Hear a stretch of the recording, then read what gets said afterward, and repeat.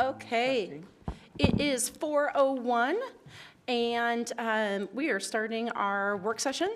And today we get to have a presentation both on the financial status, our update for January, and then board training on the OPMA. So we are calling this meeting to order. We're going to start with the financial status update and asking Superintendent Vela to start us off.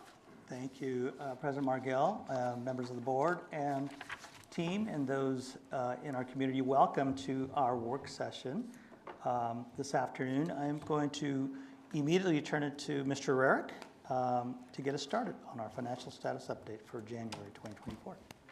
Mr. Rarick. Good evening, board members. It's good to see you this evening.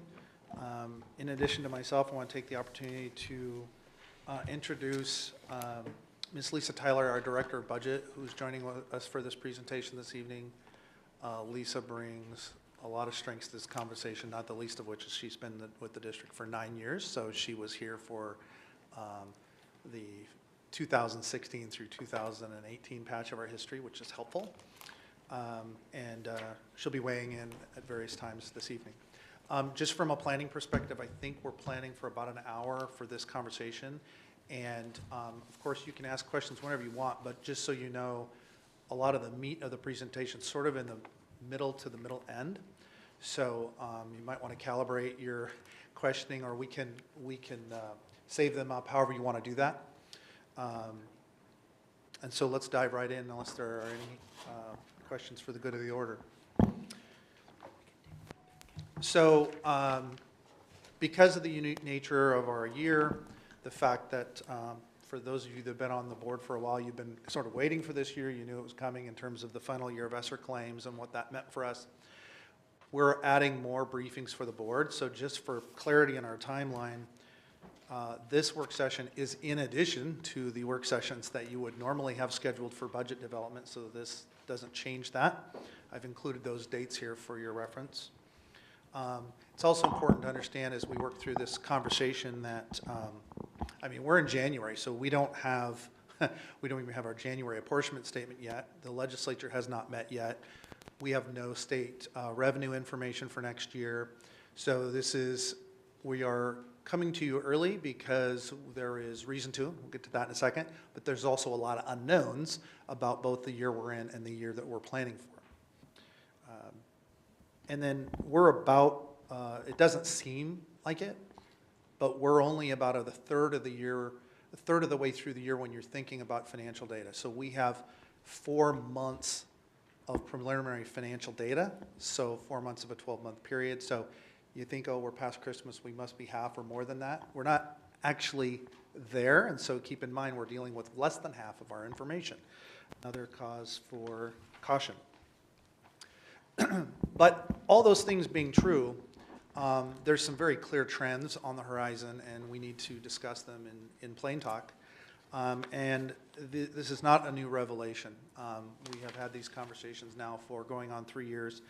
And this slide is just going back to provide some excerpts and anecdotes from the previous communications, going all the way back to 2022 when we kind of sort of saw the mixed blessing that ESSER presented for us as a district, which was that it was a great financial bridge during a difficult time, but you could see that it was going away and that we would need to build our dependence off of it on the back end.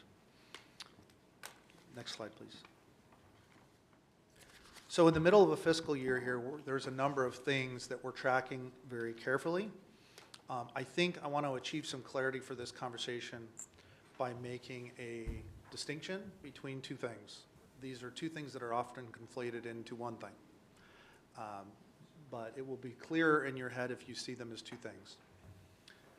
The first thing is, what is the size of the gap that KSD, or any district for that matter, but in this case KSD, is trying to solve as it plans for the future? In finance parlance, we would talk about that as an operating deficit. What is the difference between our regular revenues and our regular expenditures, okay? That's the first thing. That is a separate thing from how much a district would have to either cut or add in revenue or some combination to be in conformance with its own fund balance policy.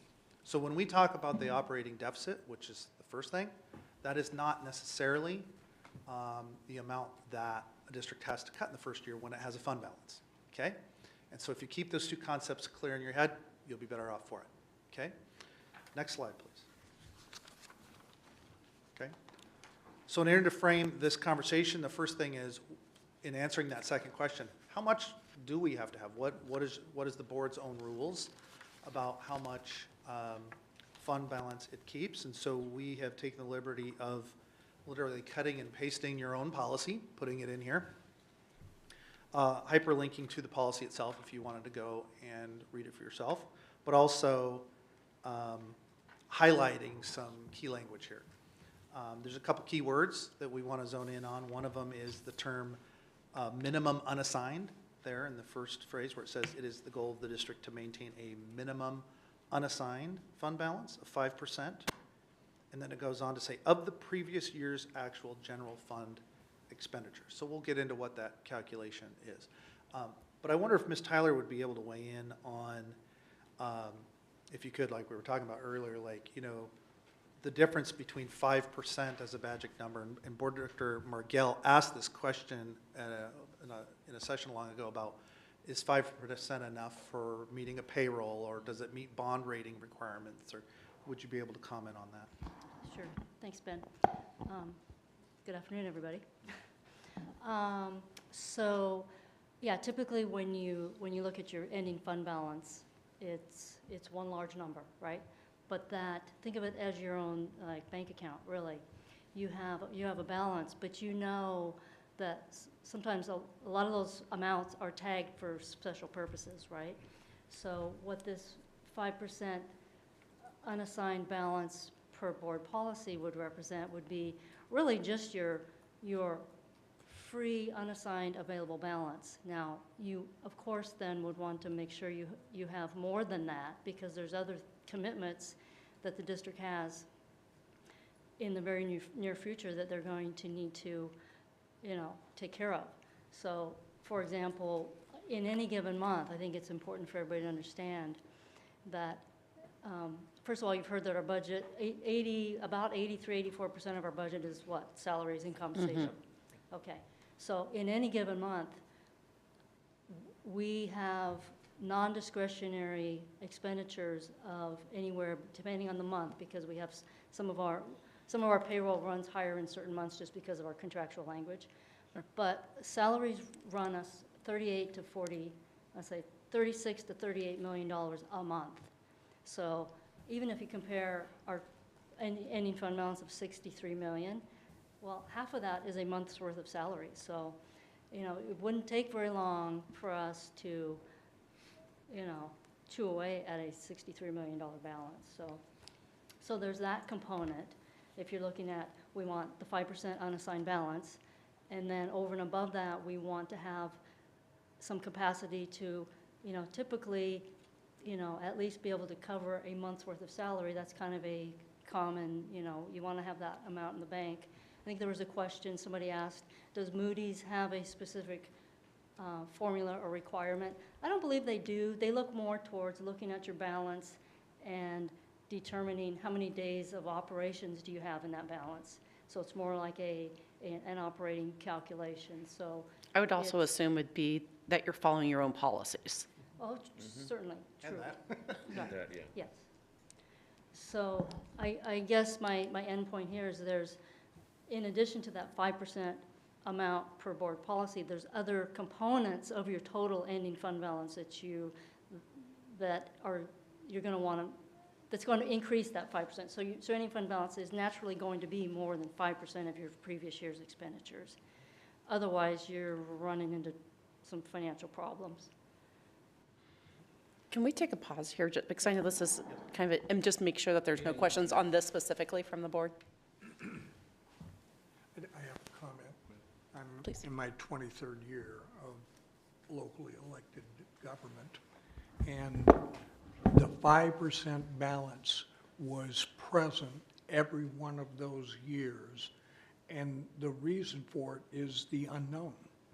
It just flat out in any given year, you can hit just, all right, I'll take climate change and air conditioning, and not only do the HVAC systems go out, but to make matters worse, you can't get replacements right away. And now you're dealing with, what are you doing with the staff and kids? So it's uncommon to have a giant rate on it, but it's not unknown. Thank you. So how many times have we needed to, like, I guess, rate this fund in the last 10 years? Like, how many years has it been that we've gone in and said, we need to go to this 5% fund and reduce that by an amount? Reduce the 5%? Well, no, like, take money out of it to pay what we're not able to pay. Yeah, I'll take a shot and then you. But, I mean, the last time that the 5% was really at issue, maybe I would say, was the end of 2018, beginning of 2019. The end of 2017, the district literally ended the year negative. And then the prior year to that, the district had to take out an interfund loan. So there was about a 3-year period there, starting in 2016, give or take, through 2018, possibly dripping into 2019, where either the balance itself was below 5%, or there was some concern about being able to meet, it's usually March payroll, given the way that our cash flows. Just to support what Ben just said, I'm looking at data right here, and absolutely correct. So back in fiscal year 15-16 is when we had a positive, although way too low fund balance of 3.8 million, and so that, to your question, would be when we tapped into that 5%. And then we went negative those 2 wonderful years. Since fiscal year 19 through current, we have not been in that situation. And as far as that goes, when we did reduce that, what kind of review was done to find out what caused us to get to that point and how we could make sure we didn't hit that again? Yeah, it was a good while ago. There was quite a review, some internal, some external. I mean, I can think of a couple. There was sort of an external review by a committee that was appointed by the board. I can't remember the exact name of that committee. Perhaps the superintendent does. It was the Citizens Audit Budget Review Committee. Citizen Audit, something, the term audit, oversight, something of that nature. We also had an external audit that included sort of a financial condition portion of it. Were there any like glaring things that they found that were, you know, the cause, so to say? I would say there was one thing that was true in each of those cases, which was that, not dissimilar from the conversation we're having in present day,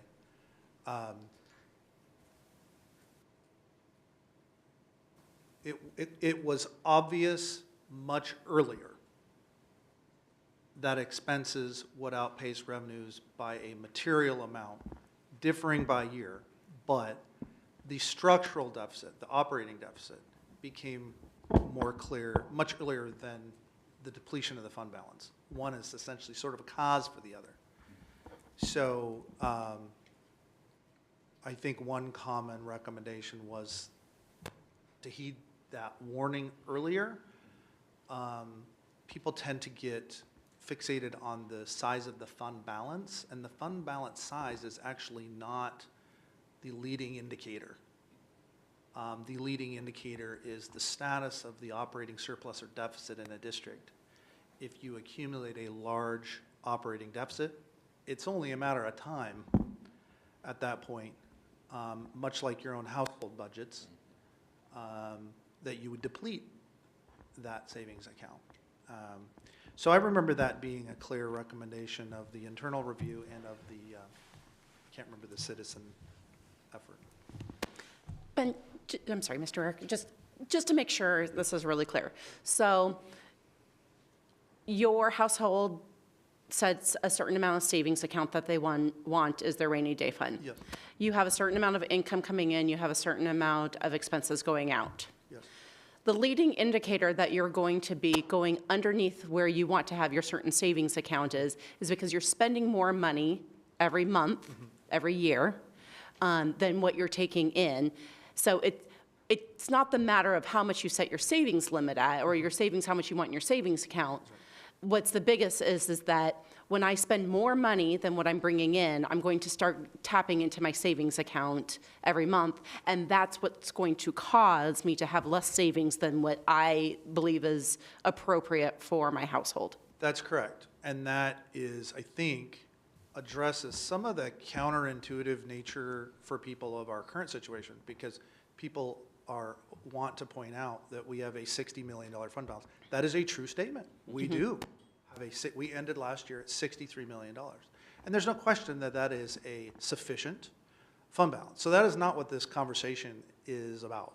And if anything, we've over-advertised that fact so people don't feel like there's some, lack of transparency about that. Yeah. The issue is, at what rate, starting next year, at what rate do you believe the Kent School District is going to spend more than it takes in? Now, it is essentially beyond contest at this point that it will be. It's now a question of by how much. If I can. One of the things that differentiates a public agency from a private business in terms of such things as savings account is you can't control your revenue. No. In the '09 financial collapse and the withdrawal of federal and state funding, it was a disaster for every public agency in the nation. But more specifically, in the unusual tax structure that you have in this state, since there is a no income tax and the regressive base often gets tagged, particularly in education, to property, then all you need is a massive correction in property values, and the state won't be there. I mean, flat out, where are they gonna get the money? So you can face these shortfalls without having done anything wrong. Thank you. There's a couple slides coming up that speak to that, so go ahead. Yeah, I just wanted to, is there a, like a general rule, why 5%? Why not 6%? Why not 7%? Why not 4%? Yeah, no, it's a great question. Right. Ms. Tyler's actually sort of our expert on that. I'm going to ask her to weigh in here. But we sort of touched on it in the sense that, there's various sort of benchmarks, size of payroll. Do you want to weigh in any more on Well, that? sure, so Right. the reason it's 5% today Right. is that's what it was set at whenever it was last adopted. Right. Certainly, I think we've had conversations about whether or not that it's time to increase that, Right. As cost of, Cost of, you yeah, know, I mean, increase. operating cost Yeah, increases. That I would probably recommend it. Right. There, if you compare other districts, there are Right. some districts out there I know that have 5% is fairly common. Okay, Some have 3% still. okay. That's pretty low. Some districts, in our region, I believe, have carry 10. Some, I think there's a couple of that are above 10. Okay. I haven't really looked at it recently, but, so there's a range. Right. And it's a district decision. So, what you would want to look at is, again, to Mr. Cook's point, it's that savings account for the unknowns, Right. And it's kind of, I don't really like to use this term, but the rainy day fund, you never know. You want to have a security amount, in your account. Exactly, I Yeah. mean, it's 36 to 38 million, Yeah. just the salary, right? Just Right. if I can, Right. something the board can come back as our regular policy reviews, something to bring back up and have a great conversation around that. And data can be gathered around other districts and things, so. Yeah, because we want to know what the operating cost is so that we can make that adjustment, which Absolutely. also, it's a real reality that we need to have rainy day fund where we can be able to sustain ourselves if, God forbid, what Director Clark just mentioned, which is a reduction of property value. So to add some practical application to some of Ms. Tyler's comments. So here is where you'll see a list, for example, on top of the types of things that constitute either, I think the list is restricted fund balance, committed fund balance. Examples of these are maybe you have money left over in a program, but it is earmarked specifically for that program. So I'm thinking of the Learning Assistance Program, for example. So if the district doesn't spend every last dime in the Learning Assistance Program, that money will accumulate in a fund balance. But it can't be used sort of liberally to just cover anything. It needs to be used within the confines of that program. So that's an example of a restricted type of fund balance.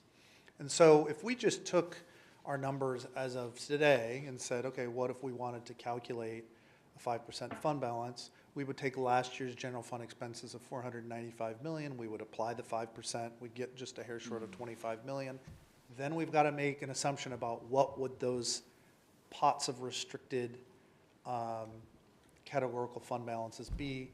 So just to be really clear, this number can vary I was quite gonna a ask bit. how considerably, or? Yeah, it can vary considerably. Okay. And so when we put an asterisk there, you just need to understand that. I mean, if a district made a plan to say, next year, we are going to try to spend down every last dollar of every categorical program, they could make that number smaller. But just for illustration's sake, let's just take the last, I think we took 5 years or something, and just say, what's an average? So it gives you a sense, okay? But at 33.5 million, you're still shy of the numbers that Ms. Tyler was talking about in terms of a total monthly payroll or a total monthly expense, just to keep that in mind. So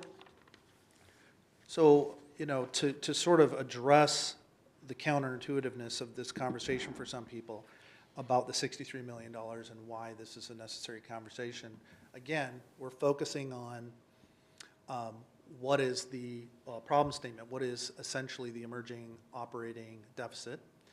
And we talked about the fact that we're only one-third of the way through a year, right? But we have data from one-third of the way through the year. So let's look at that data and let's see what that data tells us, okay? So this is probably the most important slide in the presentation, okay? And what you're seeing here is you've got 3 sets of bars, if you will, okay?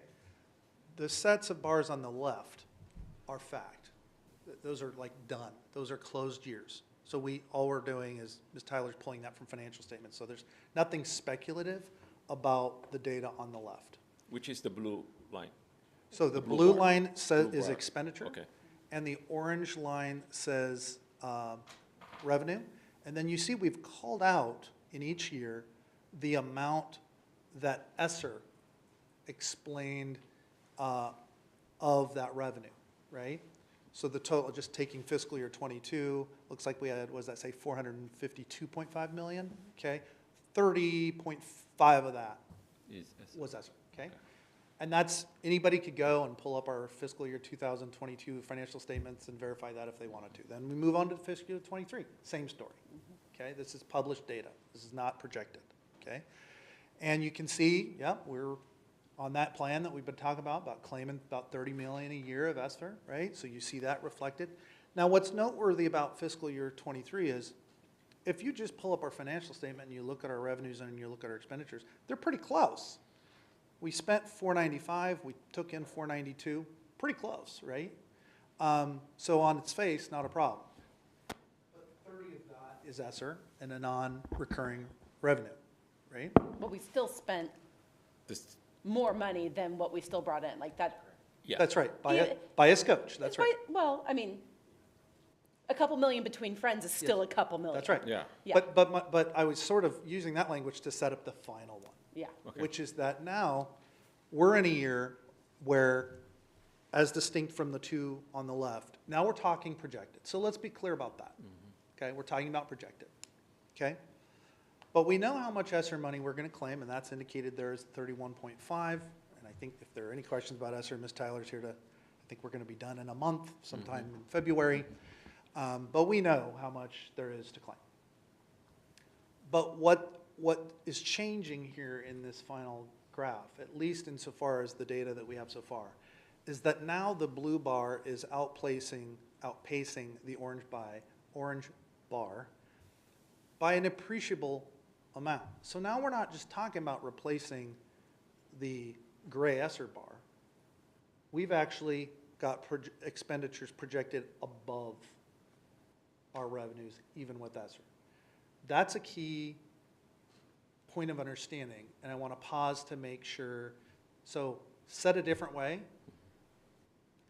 even if that ESSER was reoccurring, based on these current projections, we'd still be spending more than we're taking in, okay? Question, is there any amount of the ESSER available funds that we're choosing not to claim? Not to my knowledge, no. No. Okay, so we are going to be able to, we're Yes, we keep claiming hearing everything that we have. We keep getting emails from people telling us we're not, we're gonna claim every last dollar, so. Okay. Plans are, I mean, we literally are working on our final claim as we speak, Right. Okay, and I think that's true, he's probably working on it as we Yeah. speak. And we will make our final claim, in February. okay. for the So- full- But we've heard the same question, so I don't know where that's coming from. We're been averaging, what, 30 last, 3 years. So Yes.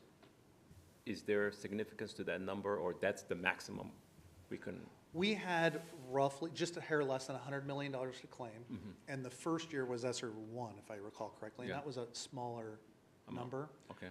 Once it became clear that they came back in with like an additional, like the total was gonna be close to $100 million, we wanted to have a plan that made some sense over time, Right. rather than claiming 60 million in one year and 10 million in the next, Okay. like, what made Nice. some sense Right. over 3 years, to be able to plan. Yeah. So we've been sort of talking about this 30-30-30 model for quite some time. It's not the way we had to do it, but it was a way that made sense Makes to sense, us. yeah. But the key takeaway here is, unlike the previous two bars, Right. now the blue is starting to peak up above the orange, right? What leads us to believe that? Next slide. So now we're sort of in a situation where pretty much every board meeting, we're going to keep you updated on this page. So you get this page in every financial statement. We lifted this from the November statement, so this is in your packet tonight. But what our expenditure data are telling us so far is if you did, and I understand you're in the banking industry, I think others are in Right, small right. business, like this should make, like, Okay.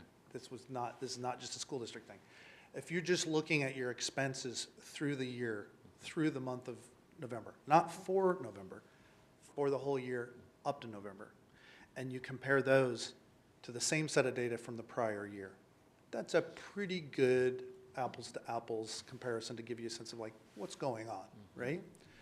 So through November, our expenses in that sort of apples to apples way are up 7.9%. Okay? And Ms. Tyler had a chance, I think, to peek at the preliminary December data, that we haven't published the financial statement yet, but I believe she's indicated Right. how much. Absolutely correct statement. I'm in this worksheet every day, projecting, trying to do my best to project out to the year end. And through December, doing the same calculation that Ben just shared, we're at 8.1. Now, I'll make a point that, okay, so November, we were at 7.9, December, it looks like more like 8.1. You're saying, oh, so we're going to keep growing? No, we're not going to keep growing, because throughout the year, by the time we get to August, expenditures will have, I'll say, normalized, okay, and flattened out a bit. So my projection, it won't be like an 8%, it's more like 6%. So it's my preliminary estimate of where that percentage might be if I had to throw out a number sitting here in end of January out to August-ish. 6%.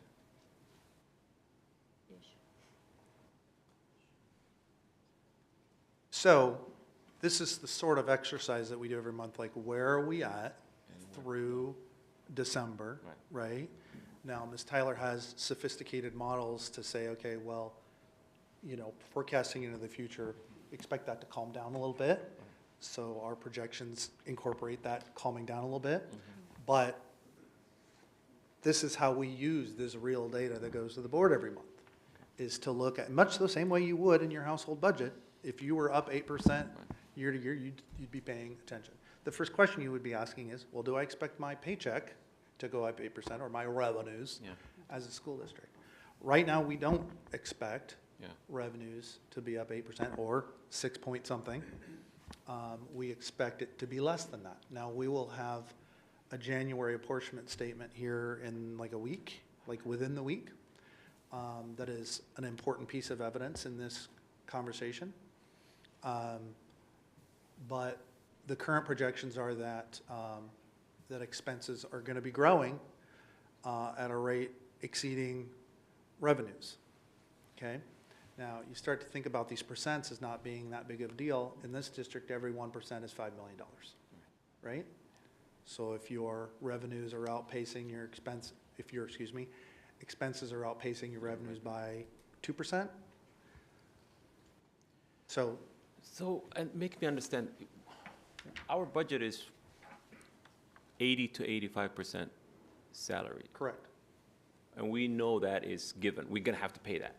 yes. With projections, why is there so much, like 6% variance? I'm just trying to, where's the expense coming from? So, you mean why do expenses grow? Right, growing, yeah. Yeah. Well, there's two main levers to that. One is how many staff there are. Okay. And the second lever is what we have agreed to compensate people at. Right. So every time we have a Right. large bargaining agreement Right, or therefore, whatever the yeah. case, that's how 85% of our Yeah. our compensation decisions are made. We've got a certain number of people and we pay them a certain amount. And predominantly those decisions are made through our collective bargaining process. But that's Where it's coming from. It's basically what we promised that we're gonna have to pay. That's right. Absolutely, okay. That's right. And to how many we're going to pay that to. Absolutely, yeah. That's right. Yeah, thank you. Now, the variance in that is, you always have some vacancy float. Right. Timesheet pay is becoming a more prominent part of our environment, and it becomes a bigger part of the equation, and it doesn't necessarily distribute equally by month. And so it's not as if you can predict exactly. Right.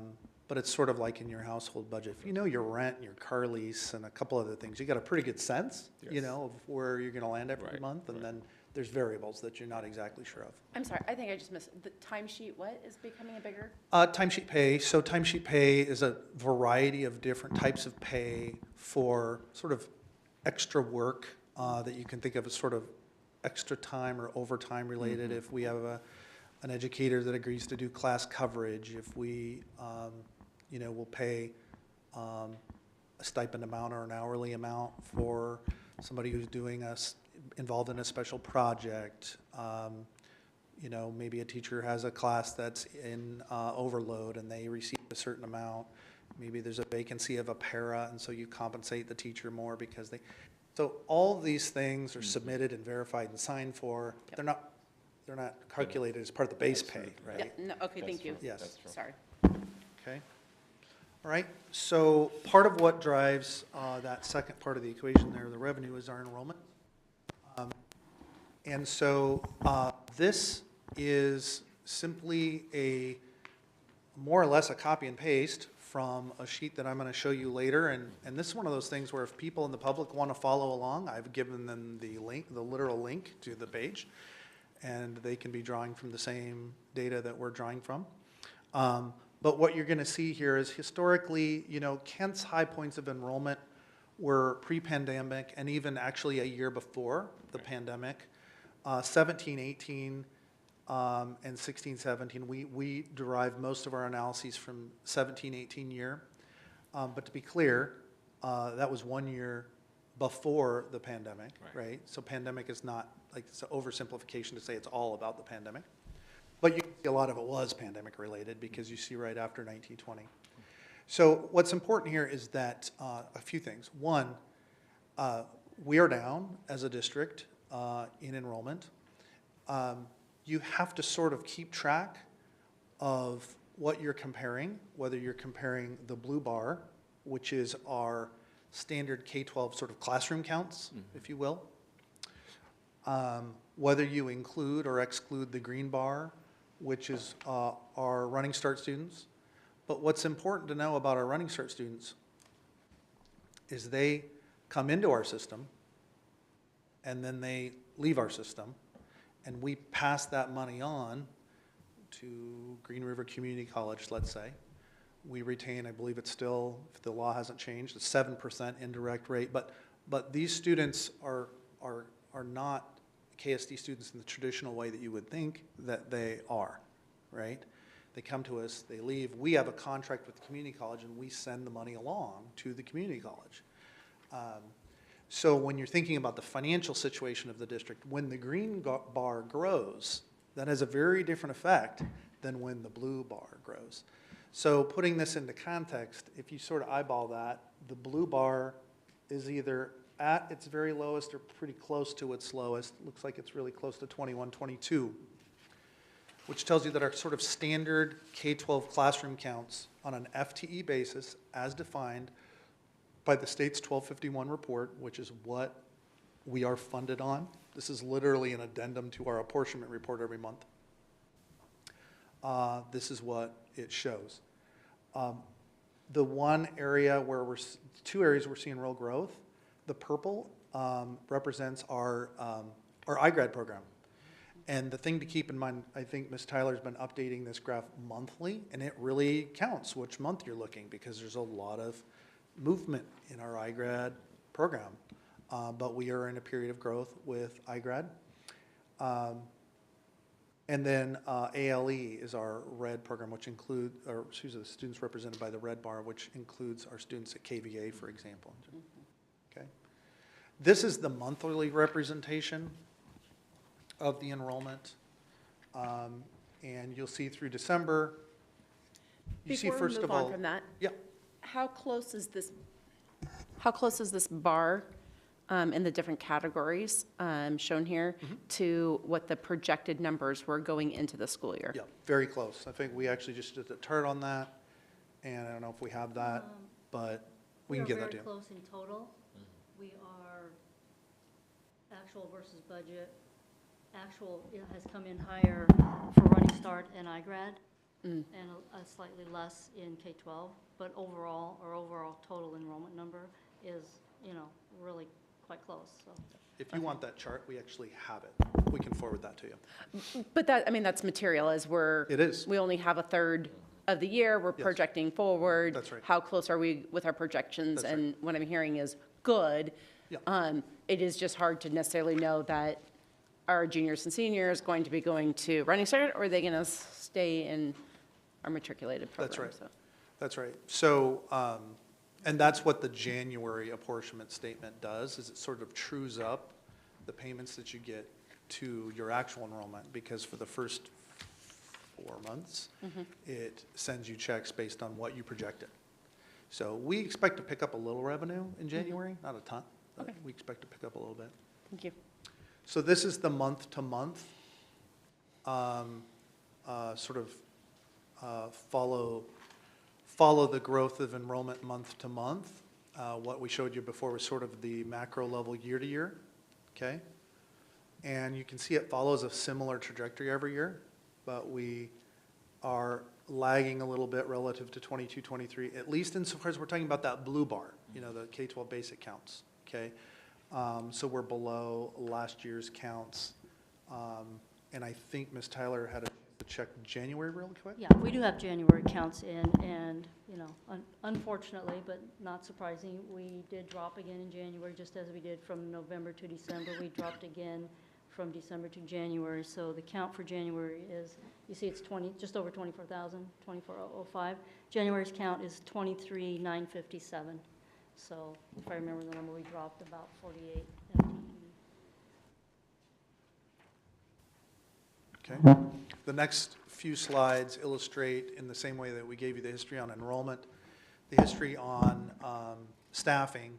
So every school district in the state reports to the state, OSPI, through 1801 reports, which gets aggregated into something called an S275. So this is data that, this is not unique to Kent. Anybody could go and look this up if they wanted, okay? And so this shows the trajectory of classified staffing over the last 10 years or so, okay? And the next slide. What does that work out to be as far as, like our cost for 1,052 staff in our classified? Because right now, we're roughly 100 employees down. So we're 10% down of what we would normally have if we were fully employed by all of our employees. Because we have 100 positions available currently on our website. Vacancies, Of you course, mean? that's 75 classified, 29 Okay, vacancies. coaching, yeah, and 6 specialists, it looks like. What is that difference? Because obviously we're saving that money. What does that work out to be? Can you ask that one more time? So of those. The staff- vacancies. Yeah, the vacancies. Yes. For classified staff, how Yes. much money are we saving each month or per year for those 100 or so positions that aren't filled? Essentially, what is the budget value of those vacancies? I don't have that off the top of my head, but we could get you something. Thank you. Okay. Can I have a follow-up, 2 questions on that one? One, that vacancy factor, has that been, that of course is in our actuals from prior years. And then I assume that there's a fairly consistent vacancy factor that we've been having. And so is that calculated into the projections? Yes, so it is. The only thing I would add some context to there is, we've actually, and I might have to defer to my colleague here at some point, but our rate of fill has gone up, particularly, and I guess that's to the credit of it, to the gentleman to my left, but that's also relevant.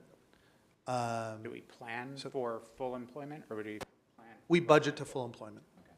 Yep. But when we are tracking our expenditures and when we are projecting operating deficits, we are projecting on spend experience. What are we spending? So these 2 charts are essentially the same data, but classified and certificated staff. And it gives you a sense that we've had some ebbs and flows on both sets of data, but we're up in each case. These are filled positions. These are not vacancies. Yeah, it looks like we have about 34 certificated staff that we're down right now.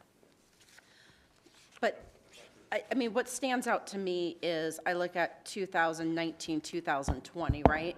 Like, no matter how many people we have or have not between 22 and 23 and 23 and 24, like, you know, kind of looking at the little bar. If you compare it to 1920, there's a huge discrepancy. I mean, that's what, in students, right?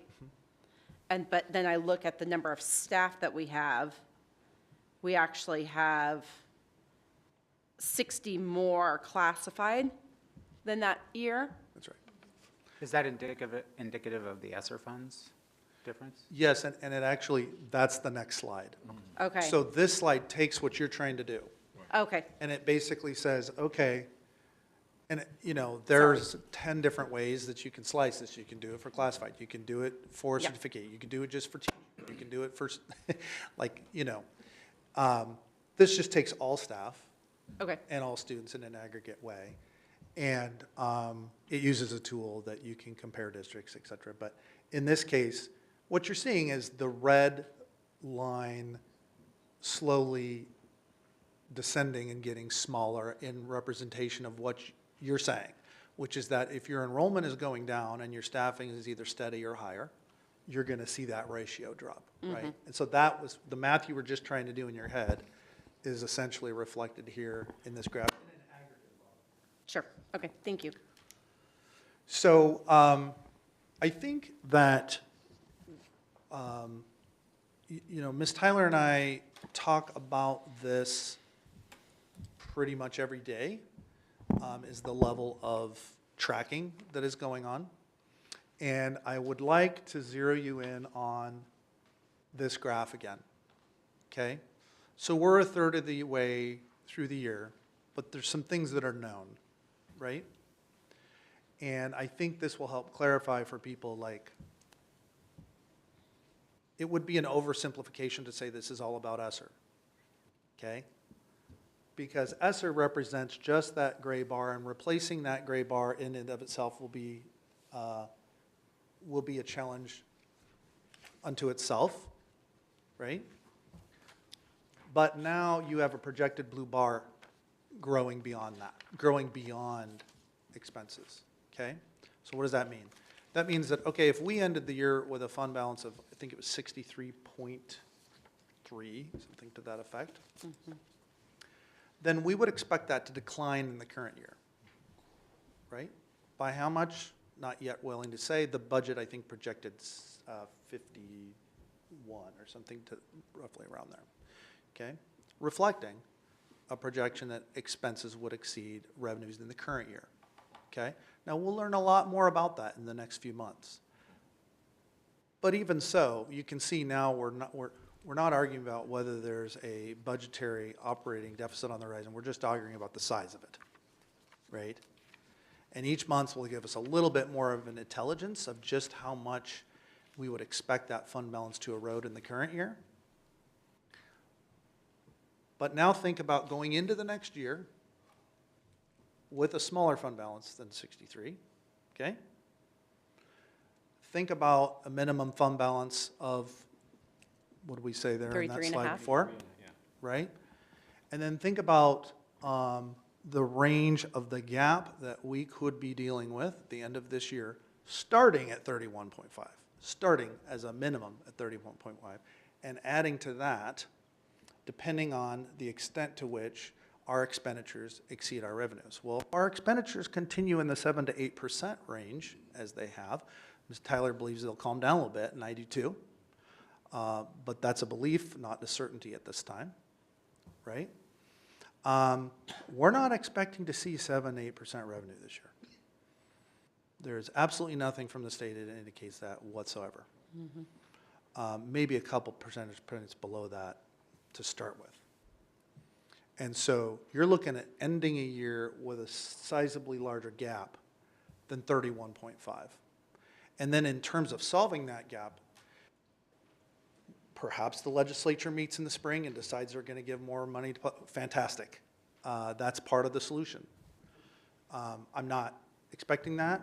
I don't think we've learned anything that would lead us to believe that. But the briefing that was given to the board in November of 2022 about this structural deficit and the eventual need to make this correction is here. This is the final year of ESSER claims. The vast majority of our ESSER money went to sustain the staffing levels that we had during those years of decline enrollment. And there isn't a question that there will be an operating deficit. We are only talking about the size of it and the speed with which a fund balance would be depleted.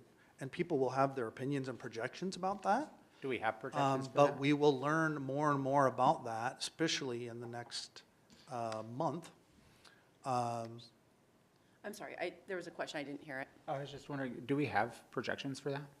We do. We do. So When would we- the published budget has a projected fund balance of, I believe, 50 point. But I meant, when would we run out of money? If we did nothing changed, we had exactly what we have today, what date do we expect to run out of money? Okay.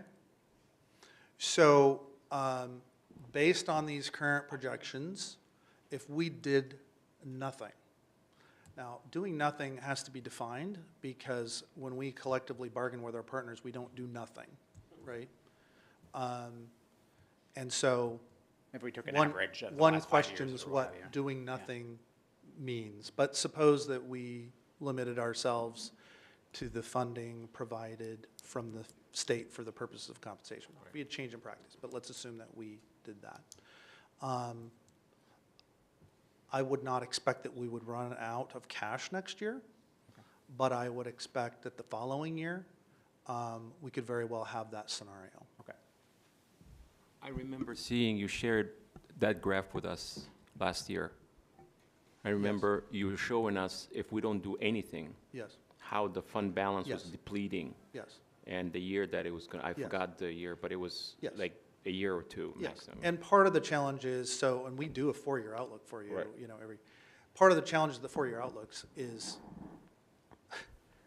how much are you assuming in the 4-year outlook? So part of the challenge here is to be very clear about the size of the gap, and not assume any remedies first. Does that make sense?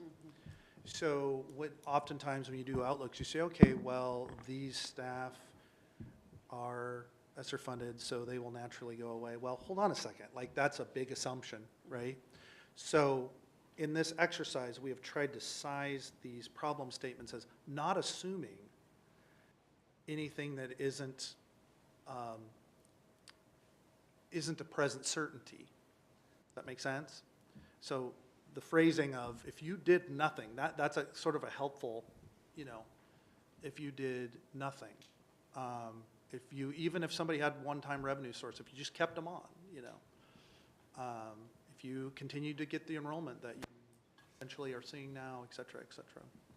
But the 4-year outlooks are not done that way. The 4-year outlooks are typically making some assumptions about things to be, to follow the rules of what a 4-year outlook is supposed to do. So. In that, to me, it almost seems like there's 3 things that we're looking at then. Not just what we're currently spending over our operating expenses over that, right? So if we like literally stopped today being that 8% over and got down to being flat, right? Yep. So that wasn't continuing to grow, right? So you already are over your expenses. Yes. We're plus over the expenses that include the ESSER funds, but we're not just holding our expenses flat, we're continuing to grow them at this time. That's right. So to me, that almost seems like 3 things that we have to think about. That's right. That's right. So, you know, and if I could boil it down, yes, it's almost 2 things. Like, at this point, every month, like as soon as this data becomes available, I want to know, is that 7.9? What is that today? Yep. And like our internal models are suggesting that's probably not going to stay that high for the rest of the year. And we're, you know, that's clear in terms of our own models. Okay, I want to see it. I Yep. want to see that number get down in the 7 and 6 range. But even so, even if it comes down to 6%, you know, if revenues are still at 4, you're talking about a material gap. Yeah. I appreciate the last point, President Margill, is that this is not a one aspect overview for the board and superintendent to consider. It's more than that. And I'll take us back because we have about 5 minutes. I want to make sure leave more time for questions for you and leave you with this. Director Cook, you mentioned early on, what are some things that you learned? I'm just going to say lessons learned. I returned back from the largest district in the state to watch that fund balance. And the second day I was here, I watched it continue to dwindle. I would say no action is not the right direction. We need to take action, right? Again, it's not for 1 year, it's for the future of fiscal stability. And I've said that before in some of my conversations with you. So the other piece, back to Vice President Farrer, you bring up a good point about the fund balance. The fund balance is not the piece that's going to solve the 3 aspects that President Margill just brought up. Although it is something that, from a fiscal stability, that the board should always be thinking about. And so I appreciated that question. So have about 4 minutes, President Margill. First, I'm going to ask the directors any questions that they have. No, thank you. I mean, I just wanted to reiterate this, this is, I think, since 2021, I've been hearing that ESSER fund is going down. So this step, and we kept talking about how do we do that step down process where it doesn't really just go off a cliff and that more hurtful to us than anything else. So this is it. This is the time. And we've been hearing it. How are we, that is from later on, but financially, are there things that we can do to lessen the blow, right? So that the austerity measure that we have to do does not, is as cliff as it will, it's going to be.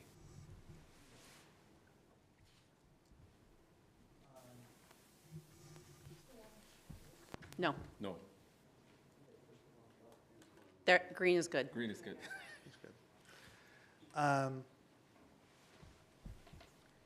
Well, I'll defer to, I'm going to make a limited statement that maybe, I'll just say that every dollar that we spend beyond what we receive increases the size of the operating deficit. And, we have, in times like this, people will zone in on, well,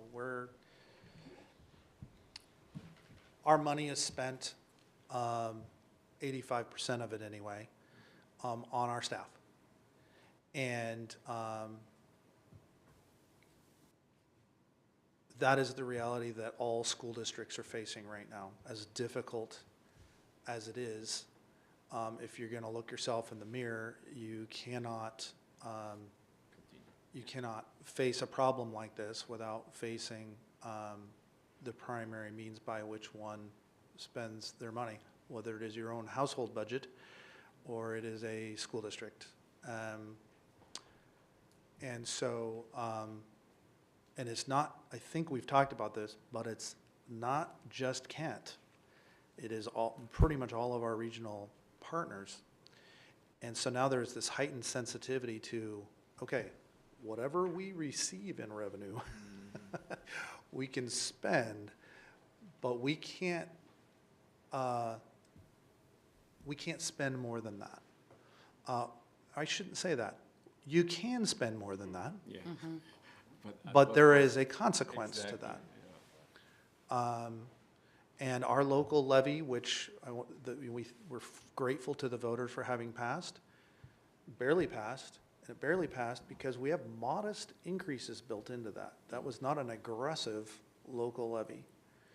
There doesn't seem to be anything about the current legislative environment or state funding that suggests that there is going to be this influx of revenue from the state. So there's your two largest revenue sources right there. So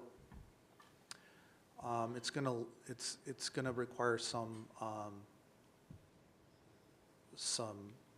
judiciousness in terms of extending beyond what we've been given for the purposes of funding our schools. Director Clark? Yeah. Okay. 2 questions. I've asked this before, but just to have it here again. We talked about 85% of our expenditures are going to salaries. How much is that 50? So if we took everything else, the only thing we paid for was salaries. What's that extra 15%? How much is that in dollars? Oh, well, 75 about million. 80 million, 75 million, something like that. 75 million, okay. I mean, we have last year we spent 495. 495, yeah, So if you take an even 500 million, 10% of that's 50 million, Okay. 75, 80 million. Okay, perfect. And then actually, it's the sheet that's showing up here right now.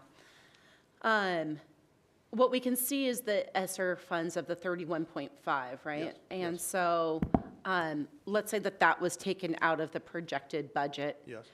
How much would the blue bar still be above the orange bar? What's that real dollar amount?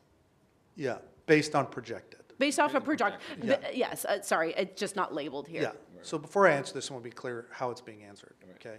So this is before any assumptions about new revenue from the legislature, anything, like we're before the budget Yes. process, okay?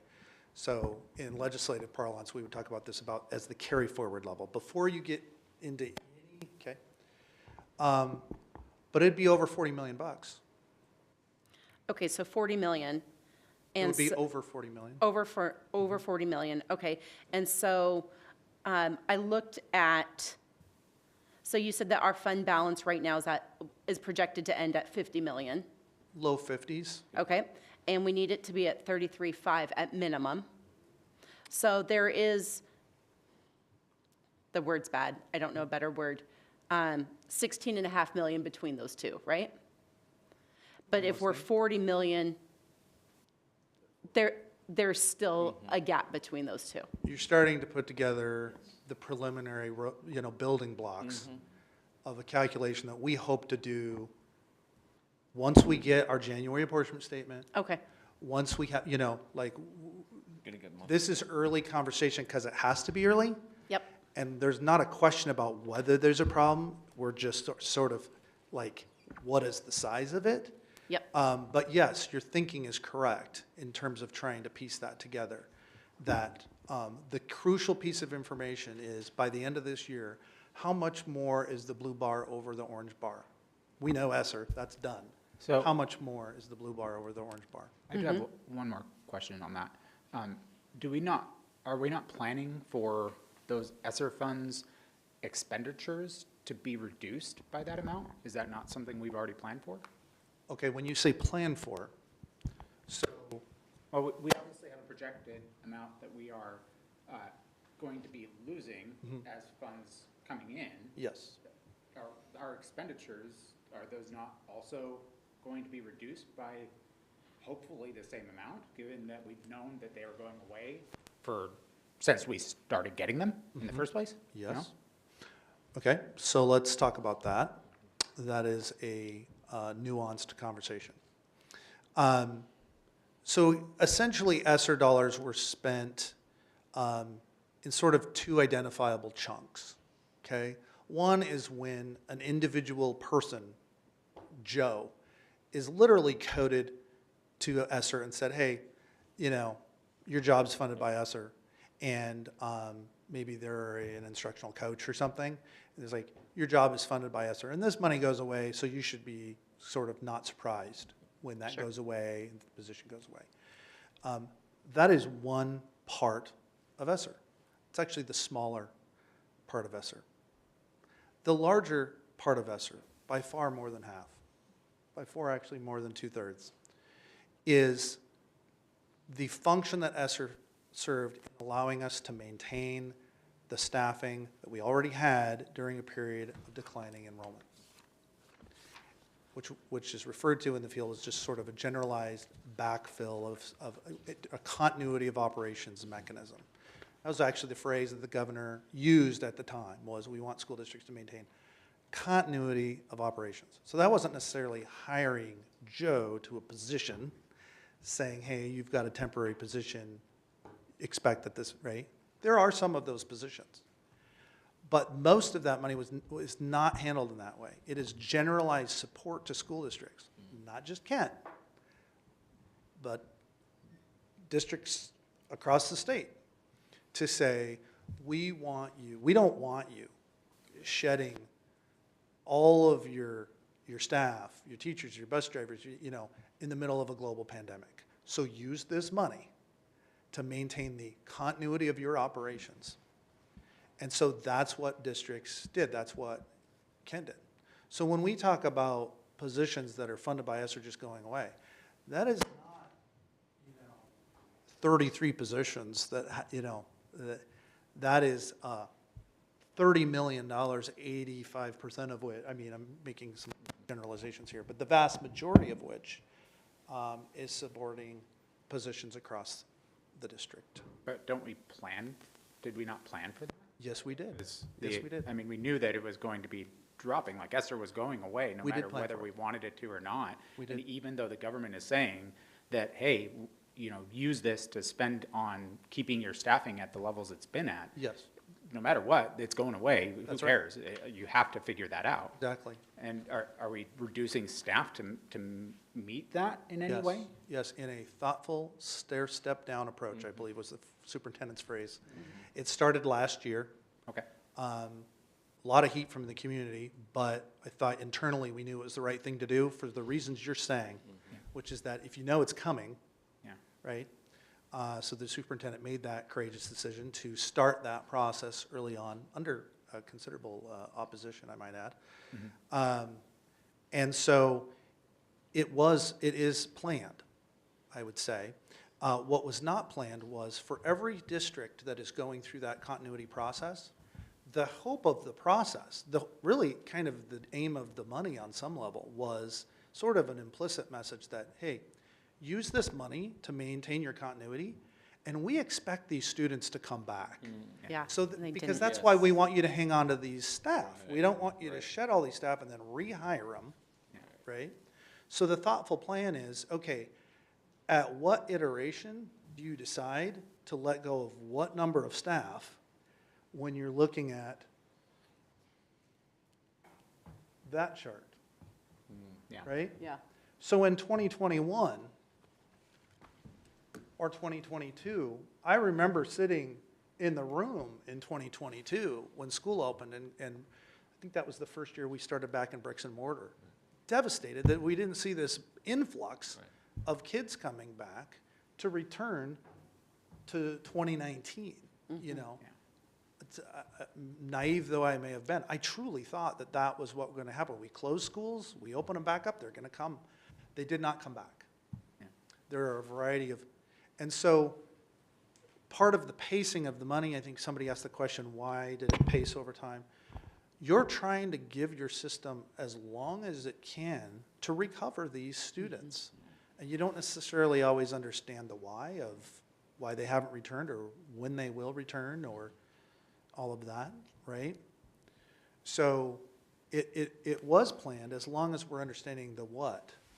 You know, the other option was literally to do nothing last year or to do something really aggressive last year, which would have been, it's like, well, wait a second, why aren't you using this money to give the system time to recover, right? Why don't you see if these students are still going to come back? So you are sort of balancing those competing needs, and here we are. We are at the end of ESSER, and you run out of the time to essentially allow the system to regain its enrollment from 20. I have one question, one last question, that, And we'll need to make this the last Yeah. questions for and this section. it's more of an optical question regarding the graph here. Which graph? The graph that you're currently Yeah. on. Why did we choose to increase the difference that we show here of our running start versus the entirety of our enrollment? Because it starts at 21,000, but this graph, if it were to go from 0 to 27,000, 28,000, you'd have a huge blue bar. Like, I mean, it would be massive in comparison to the other. Oh, why does it start on 21,000? Yeah, So what you can was see that? the differences. So you've got 4 different types of colors here, right? I feel like it just gives it makes it look like that's a bigger percentage of, like the green bar is this big compared to a blue bar of this big, and it's actually more like a blue bar this big. Sure. And a little tiny green bar at the top. Yeah, and I guess our attempt at clarity was to literally label each bar with a number. I see. So that it doesn't, like you know that the blue bar is 23,757.67 FTE students, so that the visual doesn't throw you off. But if you do it 0 to 28,000, Yeah. it becomes harder to sort of see the differences in the green, purple, and the red. So there was some thought behind it, and it wasn't meant to be deceptive in any way. Oh, I didn't think so. I Okay, was good. just wondering what the thought process was there. Good. Awesome, thank you. Good, okay. Mr. Rarick, thank you so much for this, and Ms. Taylor, thank you very much for your addition to that, too. We are going to move on to our next section, which is OPMA. Yeah. Before we start, thank you again to our board for engaging. Thank you again to my team for all the extra efforts that you put into, not only just for today, but over the last several years. So I appreciate that. Yeah, Wanted thank you for just to- answering my random questions that kind of got thrown in there. I appreciate that. That's okay. No worries, that's fine. Wanted just to set the stage for our next section of our work session is really the pieces from our retreat that we didn't quite get to. And I wanted just to preface, before we get going, we're going to continue that at our next retreat. So please know that if we don't get to some things, we're going to continue the training, but I knew we needed to provide the time that we did for our last session. So with that said, I'm going to turn over to Mr. Brockvogel. Thank you, Superintendent Vela, members of the board, Your Honor, and Your Honor, Your Honor. Can we pause for Yeah. 5 minutes, take a 5-minute break? 5 minutes? Because Can I adjourn us for 3? 3 minutes. 3 minutes. We have a 3-minute break. It is currently 5:12. We'll go ahead and take a recess for 3 minutes, and we will start back promptly at 5:15. Thank you.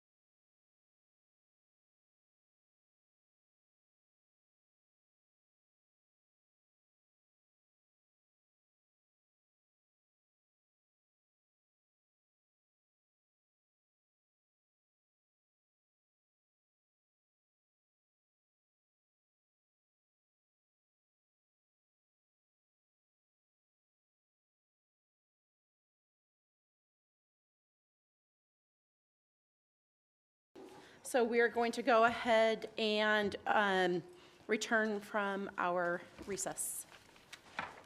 Mr. Brockvogel. Thank you. Thank you, Your Honor.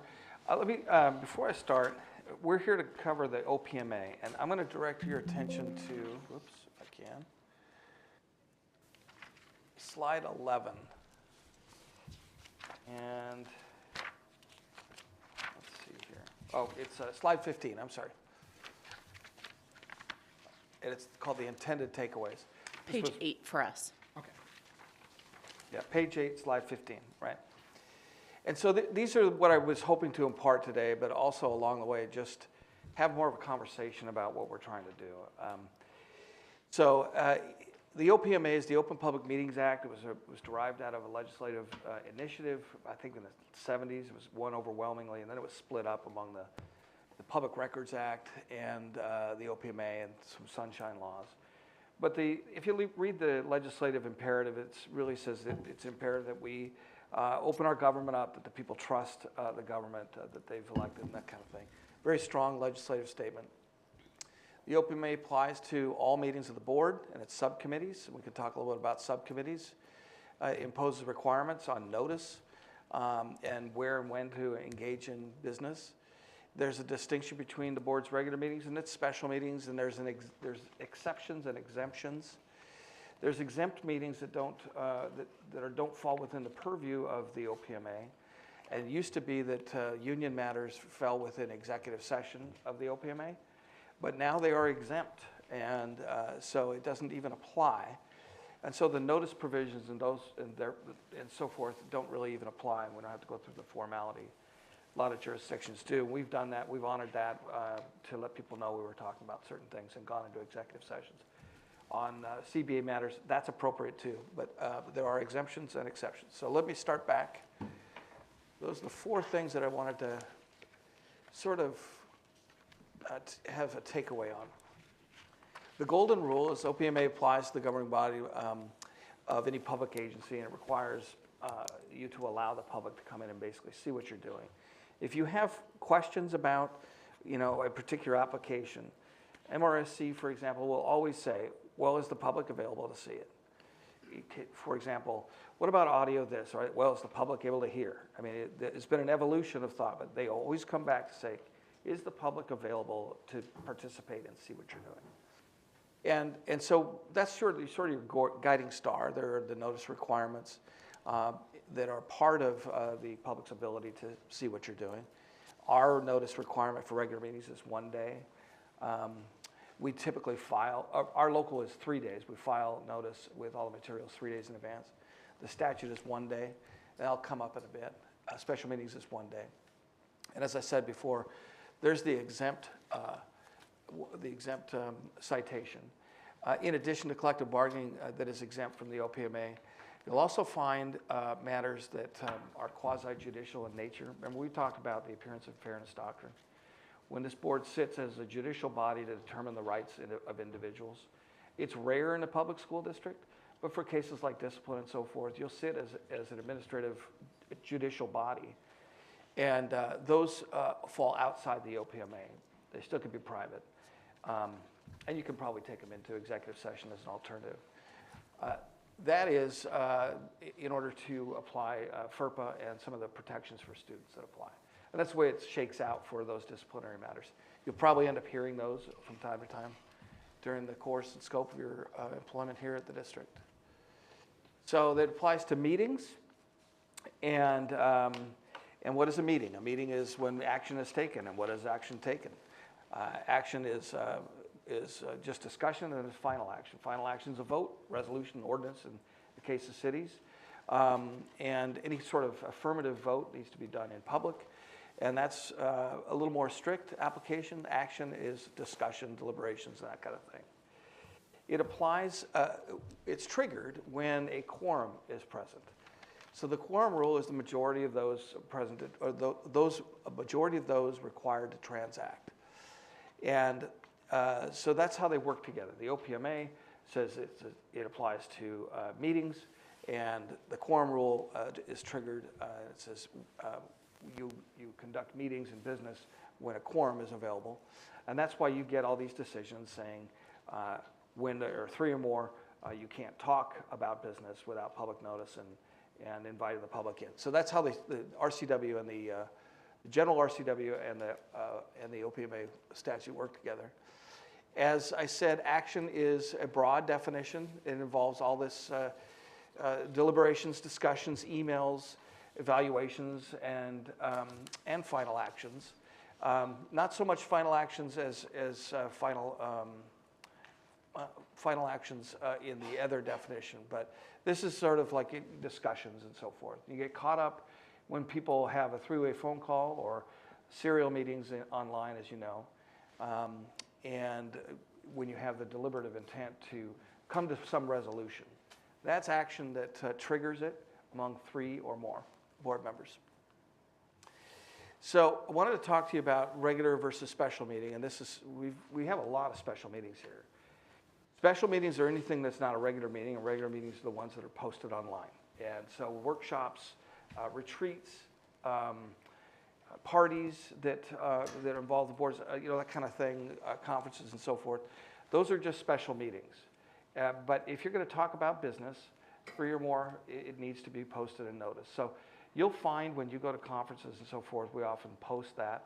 If people need to come find you, they can come find you. But at least we've done our reporting obligation. So yeah, that's that.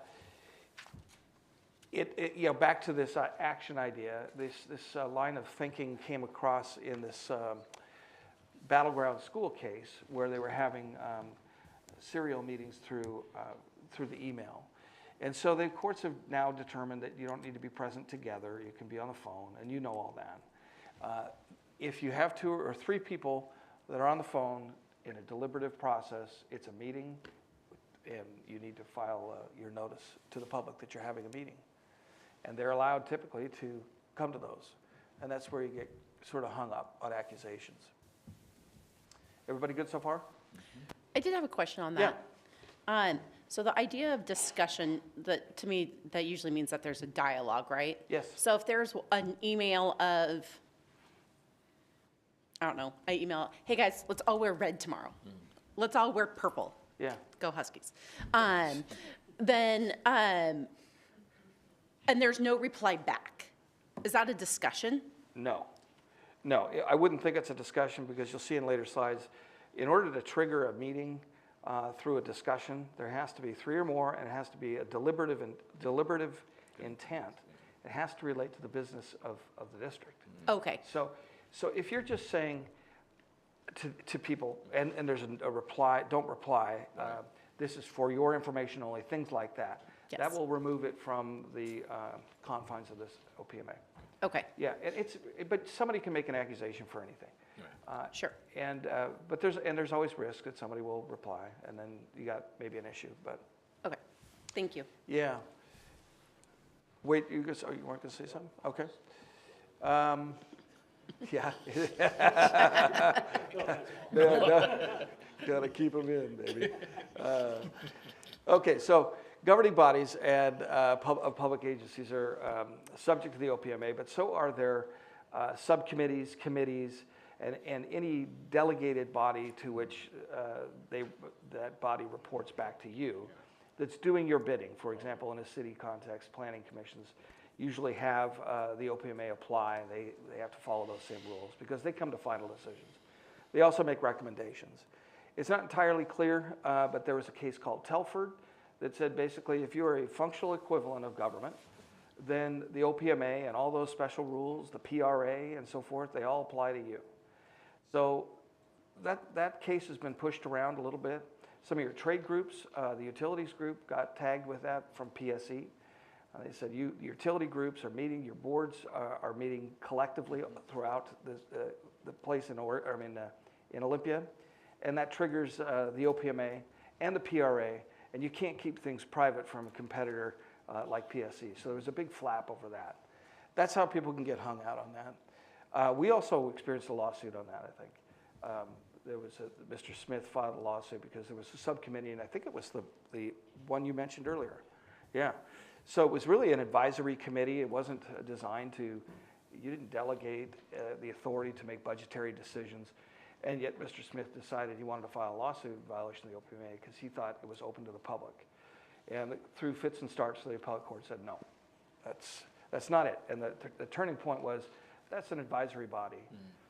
You'll see in the slides, we analyzed the IMC, for example, for whether the OPMA would apply to that. It doesn't, because they're not making any decisions. IMC, yeah, there it is. It's a sub-agency. Oh, that's great, but it's not a governing body because it lacks final authority. There's an AGO that helps us out in that and fills the gaps in, and that's persuasive authority. It's not binding, but it's so persuasive that it's binding. And we don't really question that. So that's good. It's clarification, and if somebody insists the OPMA applies to that committee, it does not. And keep in mind, if you form other committees, that general rule that if you delegate authority to a committee to do certain things, the OPMA will apply to that in most instances. So staff will always do their best to keep us clean on that. I wanted to talk about agendas and how that interplays with the OPMA. The meeting agendas need to be posted, as I said earlier, at least one day in advance. special meetings one day. We have, under our local rule, a 3-day posting. And we've, I think, experienced some difficulty posting materials. We can get the agenda out, but ours also says materials attendant with the agenda need to be posted 3 days in advance. And it's hard sometimes when you're trying to get things on the agenda at the last minute. That's a matter of local discretion, and you may want to think about how that how that impacts staff in their ability to get things on the agenda. If we have to wait till all the materials are finally together, like for example this, there'd be no point really to show the public our homework 3 days in advance on something like this, and yet our rule is somewhat unforgiving. So we may come back to you on a modification of that. So speaking of agendas, I wanted to just come up with another local rule issue. For the new board members, the local agenda can be modified through Robert's Rules of Order. It's not hard and fast in regular meetings.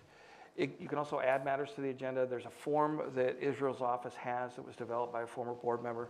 That seems to be a good way to populate among the board in their 2x2s about how to get things on the agenda. I would also say, as to special meetings, there's this bit of a conundrum. Special meetings so oftentimes are like emergency meetings. You need to pass an ordinance, you need to authorize payment, or you need to do something in an emergency way. And one or two of you know about it, and you need to get on the agenda. What if you contacted a third person? What if you contacted all of them, and you all had deliberative process on what goes on the emergency agenda? The law takes care of that, and it says that's okay, because you're not coming to a conclusion on that, and it has to be somewhat workable. And so as to special meeting agendas, you can talk about that and then get with Israel.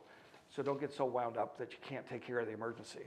And I think that's why they landed up on that kind of. Mr. Rockwell, if I can go back to the how to get it on the agenda, the request form, we have that, the board actually developed that. There is parts on that form that does also allow me and my team to take consideration of that agenda item and start working backwards of, so what is it? Is it a presentation? Is it a work session? So that I have plenty of time with my team to prepare for it. And so as I work with board president on that request, it could be the president or anybody, I share that. So here's what it is, here's where it'll be, oh, here's a good date. But I just wanted to let you know the work that it takes to prepare for that agenda item is dependent on the request. Yeah, that's a good Who point. decides whether or not something is added to the agenda? So the board president and myself look at the agenda ahead of time. We also have the 2x2s. Actually, they're 2x2s by one. We decided, as I mentioned, to all of the board members, we like to stay informed, communicate, so that we don't need to have a form, potentially we don't, because we're always communicating. This might be a good cyclical time to present X, for example, and that's the way it should be. But sometimes the form helps us plan out as well. Is there any one person that can stop an agenda item before it gets put on? Like if say Andy or myself want to put something on the agenda and we bring it to you, can either of you say no? I'm just asking because I don't know. Well, depending on the item, I can tell you, not sure if we could do that. It would take this amount of time. It's really dependent on the item. Okay. So, Yeah. The agenda items that we've seen recently in the conversations have been from the conversations.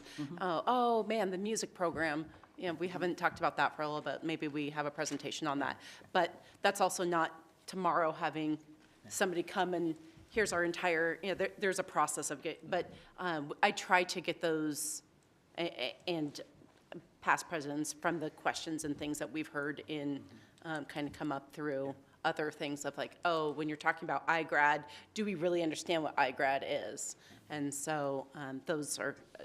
Yeah, but also another thought was to share that Ms. Zentella also keeps a quite extensive spreadsheet by month throughout the whole, so that there are things from a cyclical basis. I'll mention in February on 14th, we have school improvement plans, cyclical. So we take up some pieces for work sessions, presentations, things like that. So, thank you. Sorry. Thank you. So we can play hypothetical.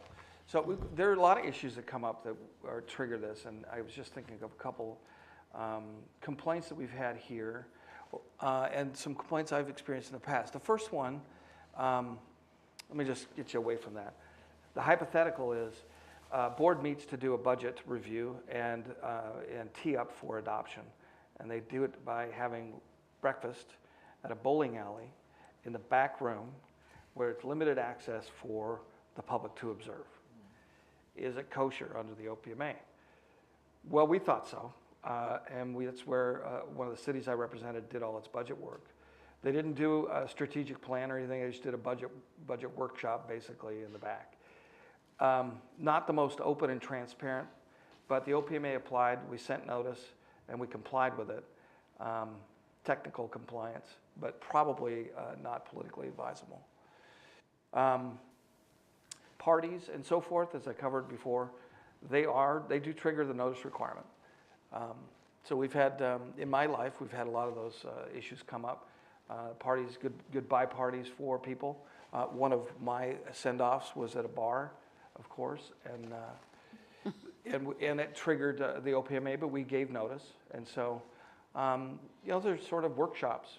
And the other thing is, though, if you're in situations where obviously you're not talking about business, you don't plan to talk about business, and there's no expectation from the public's perspective that you're talking about business, then 3 or more can talk about baseball, or you can talk about whatever. I just found it very difficult for board members to actually keep to that because their common interest is the board work. Not baseball. No baseball. You could look through that. It's not rocket science. There's one interesting thing that's come up. It'll come up every 4 years or so, and that is after elections. During the lame duck session, after the election, but before the swearing in, does the OPMA apply or prevent say, for example, two newly elected board members from having dinner and talking about policy with 2 sitting board members? Does it prevent them from meeting them and deciding who the president is, making really formative decisions together? Does it prevent? And the answer was no. It does not prevent them from doing that. So at WSDA, for example, it's fertile ground for those discussions, and it's really the only time you can do that. I don't know that that was a well-reasoned case, but that's the rule. And so I thought I'd mention that. The public comment has been a bit of consternation for the board, and we've struggled with that as to what extent the public is entitled to comment on the board's action. To what extent is the board entitled to come in and make political gripes that aren't really associated with the board's action, or to chide employees or disclose identities of children, which is preventable under FERPA. The problem is there's been a trend in more openness in public comment rather than less. And we've taken the position to state publicly that we're not going to accept defamatory statements. We're not going to let you pick on kids, obviously. And we've left that up to the board president to actively monitor, not really knowing what's going to be said. And it's a difficult decision to make on the spot. But we've also taken into consideration this idea that if somebody's going to come in and criticize employees, there's an avenue for that, and it's an executive session. And again, the board president is vigilant on that and can stop if they're capable of doing it. It's very difficult in the moment to say, wait a minute. The room is filled with people, and that's a lot of pressure on a board president. But we do have that ability to take it in. And whether that is durable under some sort of court analysis, that remains to be seen. At least the statute contemplates that we have the right to do that. The First Amendment is superior to that statute and may butt up against that. So those are ever-evolving cases on First Amendment, and it's hard to keep the public satisfied. Israel, you going to say something? Yeah, I was just going to ask a question, really clarification. So is it only the board president that can cite that? Yeah, thank you for pointing that out. Obviously, that's not the case. In fact, you can all be vigilant and just to interject as point of privilege. and make a request, a motion to adjourn for a moment or two, or and then have either Israel or counsel or another employee stand up and recite the rule, or some sort of break in that. But yeah, you're right. And it's all of it, for all the board members, I think it's really difficult to interrupt somebody because your natural inclination is to be genuine and decent to the person. And the speaking party may not have the same inclination. That makes it difficult. So there was a nuance change in the OPMA about 3 years ago. Public comment is required as to any final action. And we've struggled, as you recall, with how much public comment do we take? Does somebody get to stand up at the beginning and make a comment about the action, and then stand up again right before you take the action, comment on the same thing, and then comment afterwards, and a general comment? So the rule under the OPMA is you get one shot, and it has to be reasonable, and 3 minutes usually among the school districts has been viewed as reasonable. That rule does not apply to special meetings, though, because we don't really take final action in special meetings unless it's specifically on the agenda, and that'll be covered in a second. So the MRSC has recommended that, and the statute itself recommends that you allow public comment for final action in special meetings, but you don't have to. And so we've gone back and forth a little bit from time to time on that, and gotten some heat over that about whether to allow public comment in special meetings. For example, there may be a special meeting where you're adopting a budget. You've gone through all the public comment, the public has had their time to comment, and you want to pass it, you want to get it done, there's no need to have any more public comment. Just remember, in a special meeting, you don't have to take public comment, and it seems prudent not to in that case. Executive sessions are a general exception, as I mentioned. There are a number of those, but we typically go into executive session using the attorney-client privilege exemption, also known as potential litigation. And within that, there's an oddly worded RCW, the one that's cited on top, that allows you to receive legal counsel on matters that you're considering the legal and financial implications of a decision. And that's really broad. And so that is acceptable to go into executive session on that. That would apply to almost any contract that you're being counseled on, any course of action that's financial. And so long as the attorney's there, they have to be there. There's some real estate provisions in there, the public discussion of which would increase the price if you're going to buy, and performance reviews for bid contracts and complaints against employees. I mentioned that. Employees in the public school district have the right to have their matters heard in executive session. They can waive that right under the statute, but it's their inherent right. And so that's where we get this idea. If somebody comes in and starts chiding a public employee, or we can say, wait a minute, we can take that into executive session. It's a means of calming it down and reducing the acrimony in the room. Also, obviously, some of you have been through the evaluation process to be appointed, and we can evaluate in private session, but the appointment is in public session. We can also evaluate the superintendent's performance, and his contract reflects that. But any changes in that contract, such as compensation changes and so forth, need to be done in public. And in fact, that's the process we followed. We went into executive session, we adopted it in public. I will say this, back to the attorney-client privilege, which keeps some of this confidential back there. That can be waived. The attorney-client privilege can be waived, but it needs to be waived by a motion in public. So if you're uncomfortable sitting on information back there, and in your wisdom you collectively decide to waive that, you can move to waive attorney-client privilege and discuss what was discussed in the executive session. That's typically not advisable, but you can do that. Can I just clarify this? Yeah. So anything that is discussed during executive session, especially, is it just specifically items that are because of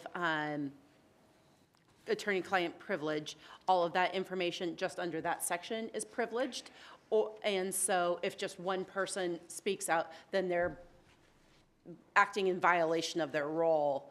It needs to be a collective action of the entire board to do something.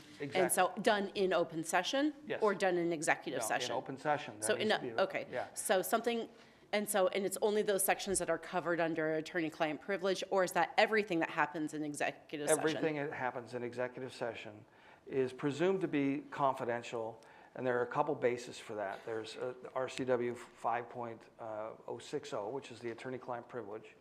And there's also another provision in the RCW, but not in the OPMA, that says employees learning of confidential information by virtue of their appointment or employment with the public may not release that. And so MRSC advises that that's how you get to the confidentiality of the executive session. There's a separate statute that says if public officials violate those rules, that they may be subject to a misdemeanor. I've never seen anything go that far, but that's sort of how you progress to conclude that that stuff's confidential until there's a formal motion and waiver by affirmative vote. Thank you. Yeah. So here's some penalties. I mean, what's the consequence for ignoring this? If it's intentional, there's a problem. But if it's a violation, the action of the board is null and void. So say you took a vote back there, which happened, by the way, in Miller versus Tacoma, that's probably in your stuff here. My old boss went back there and had a straw vote taken as to who they were going to appoint to the Planning Commission. And the straw vote came back, and they went out there and said, I nominate so-and-so. Or it was just a motion. I moved to appoint, among all the other candidates. And so the people got upset. They said, well, you already took a vote. Court said you can't take straw votes. And so it was nullified, and they had to redo the thing. I don't know why they fought it so hard, but they did. And so there's personal liability for intentional acts, $1,000, $500 for the first violation, $1,000 for a subsequent one. That I've never seen a public official intentionally violate the OPMA. It doesn't happen, and so I'm never really worried about it. The get out of jail free card that came out of the East Spokane case, I think it was basically that if you are operating under the advice of counsel and you inadvertently violate the OPMA, it is really difficult to get tagged with $1,000. And if it was negligence as opposed to intentional, you'd be covered by insurance. You'd be indemnified by the district.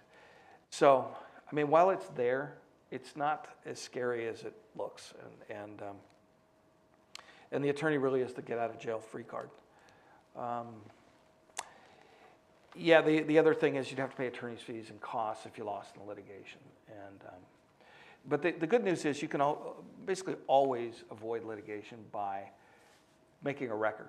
So if you're back there and we inadvertently take a straw vote, or there's some conclusion that to get out of harm's way, we can just put that information out on the record by affirmative vote to waive any privacy back there. Violations of the OPMA may be used as a basis for a recall. There was a case out of Federal Way where there was a group of citizens that were trying to get the mayor recalled, and for violating the OPMA. It didn't stick, but the court went through all that analysis and concluded, yeah, it can be, and that was my old case. Those are the intended takeaways, and I hope that's helpful. And maybe we have a couple minutes to talk about hypotheticals if you want. If you have any questions. Okay. I have Yeah. a question, and it's a difference in practice between what happened to me at City Hall and what happens here. And the assumption was you can't have 3 or more board members in a room if they're, particularly like on a meeting date. Yeah. But at City Hall, there was a clarification, and the clarification was you don't want people predisposing decisions. And since that was already understood, they very simply said, all right, we have our workshop, then we take a dinner break, and we're just going to all sit in the room and eat. But suppose there's just 3 council members in there. The offset is if there was one staff member present to verify Oh, yeah. that nothing was predisposed. That's a very good, for a city in particular, that's a very good policy because cities act as judicial bodies much more than school districts. So you're hearing land use cases that are really important to people in their pocketbook. Oh, yeah. And they're heavily litigated, so yeah, that's a good way to go. I also wanted to point out this. It's mandatory that you get some training within 90 days after swearing in. You can get that, and it's 90 minutes of training. We only went for an hour. You can get a certificate, which is really presumptive compliance, from the MRSC website, and just have it put in your employment file if we keep one for you, or your separate file. That should show compliance. You also need to get training on the Public Records Act, and I think we're going to plan to do some of that too. The refresher is required every 4 years after you're elected. Can we talk about, so obviously in executive and exempt sessions, there is no agenda published, Correct. right? Because OPMA is excluded from that. Bringing up new topics within, so we say why we're going into executive session.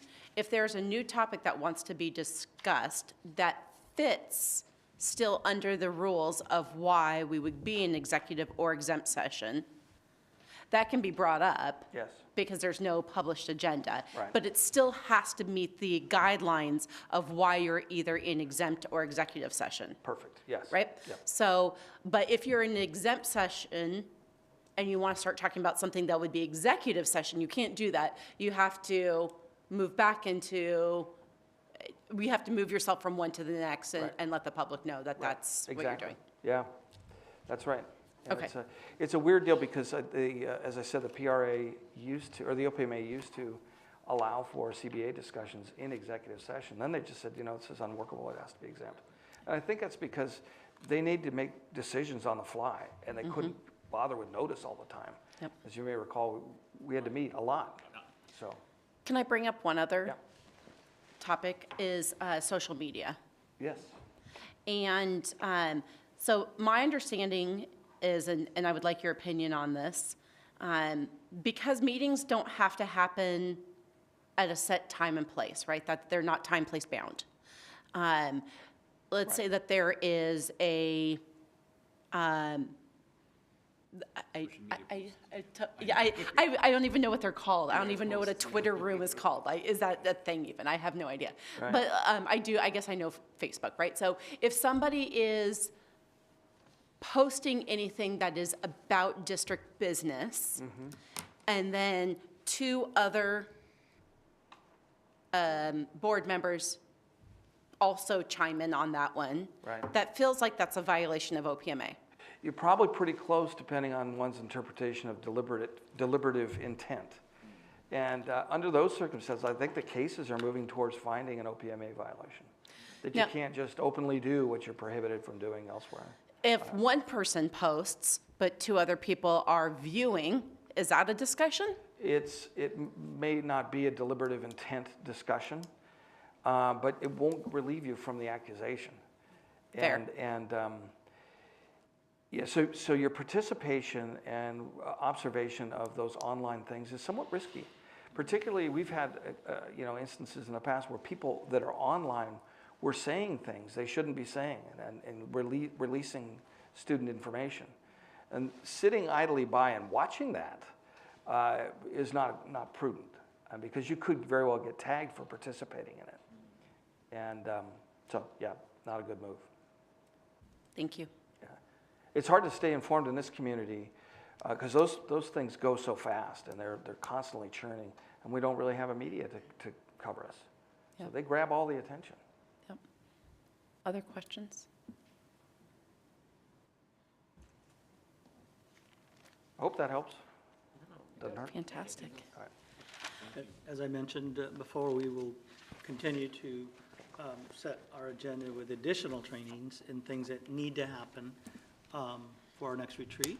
I also wanted to point out, and I forgot to mention this, there are some new requirements for board members for, I believe, Mr. Heath, tribal consultation.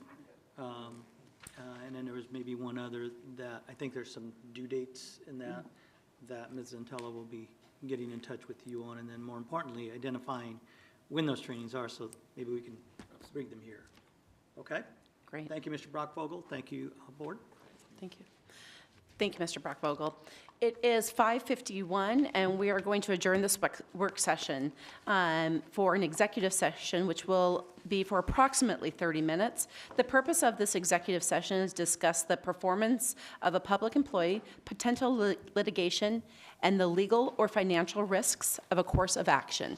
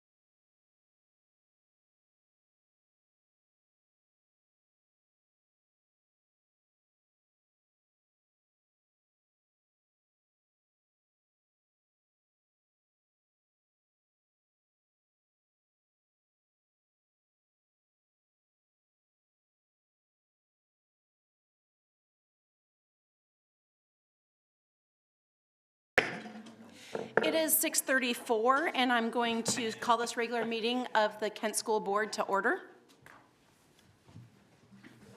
First, we're going to start with section 1.03, roll call. At this time, the board will take roll call for attendance. I will call each board member's name, and if present, they will say present. Director Song? Present. Director Cook?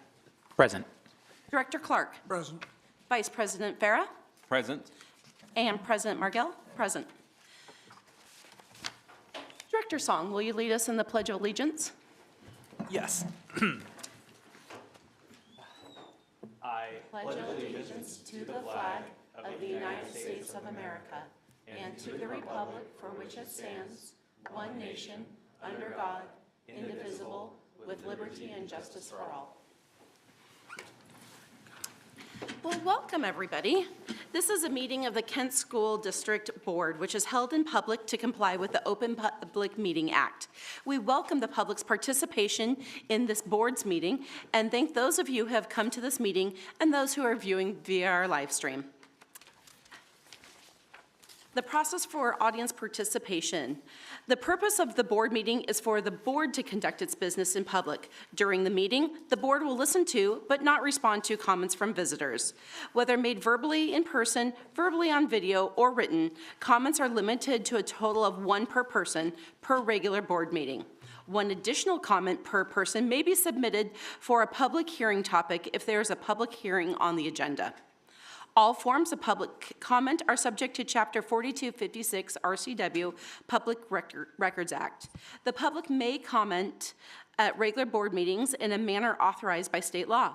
All comments must adhere to Policy 1420 and Procedure 1420P. If you wish to make a comment to the board, comment forms are available for completion prior to the meeting and must be turned in no later than the beginning of the legislative report. No forms will be accepted once this report has begun. I will make it abundantly clear when that time has come. Comments are limited to 3 minutes. Public comments will be heard after the opening during preliminary communication from the audience at specific agenda items and during final communication from the audience. Students will be the first to speak on any topic. Please state your first and last name prior to beginning your testimony. Abusive public comments personally directed towards the board, staff, or students will not be tolerated. The use of specific names or personally identifiable information of board, staff, or students is not allowed.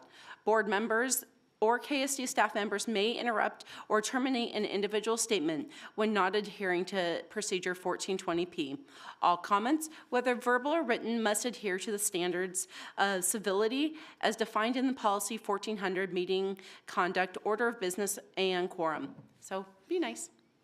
If you're seated in overflow room, come in, there's room here. There is a brief delay in the live stream audio. We will allow extra time for you to make your way to the boardroom after your name is called. Individuals with items for the board or superintendent must provide them directly to safety services staff. Approaching the dais during the board meeting is not allowed. Any items turned in will be provided to the board and superintendent following the meeting. Section 1.06, land acknowledgement. I invite Director Cook to read our land acknowledgement. We acknowledge we are gathered upon the ancestral lands of the Muckleshoot Indian tribe, who historically lived throughout the area between the Cascade Mountains and Puget Sound. Thank you very much, Director Cook. Okay.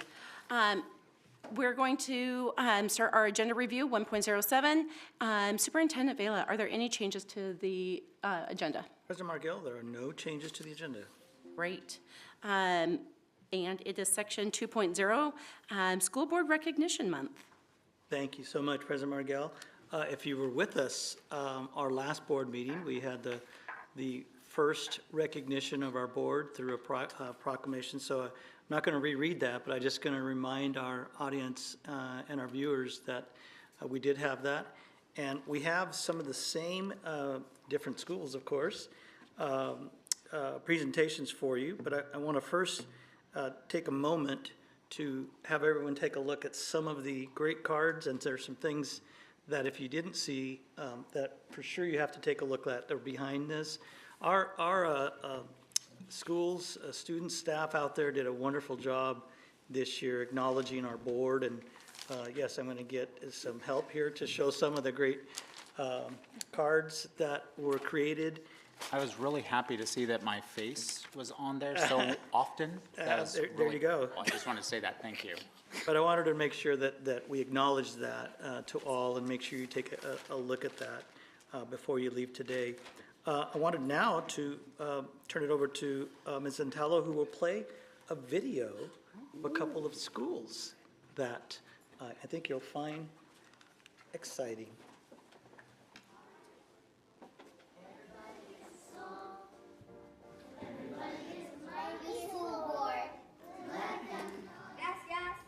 Спасибо. Você Anha. Merci. Gracias. شكرا. سلام. اسمي زمزم است و تشکر به انمی مکتب و استادان. Gracias.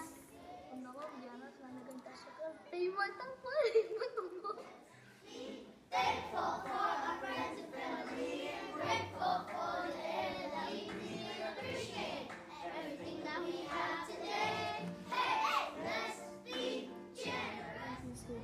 मेरा नाम शिबाज है, मैं like करता अपने teacher को। Hola, yo soy Andrea y les agradezco mucho para esta escuela y me gusta. السلام عليكم ورحمة الله وبركاته. تذكر بدي أستاذ أخوي. تمام. Gracias. Thank you, school board. To those in need, we can be nice. We can be nice. We can all share. We can keep growing together when everyone shares.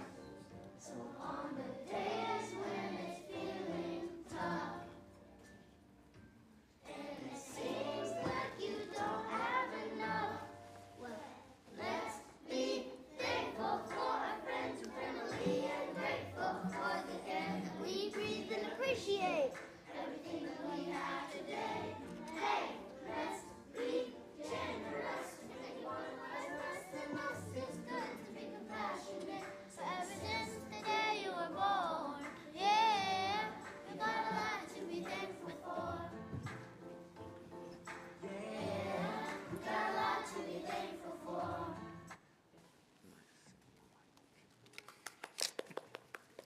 Nice. Great. Oh, there's more. Was that both of, that was both? Second one is coming. Second one is coming up. That one's, yeah. Hey, I went to Panther Lake and Springbrook. These are my two elementary schools. I'm liking this. Where's Covington? I'm Nidra Lloyd, the proud principal of Springbrook Elementary School. We want to share our gratitude and thanks for everything that you do for us Dolphins here at Springbrook. Thank you, thank you, thank you.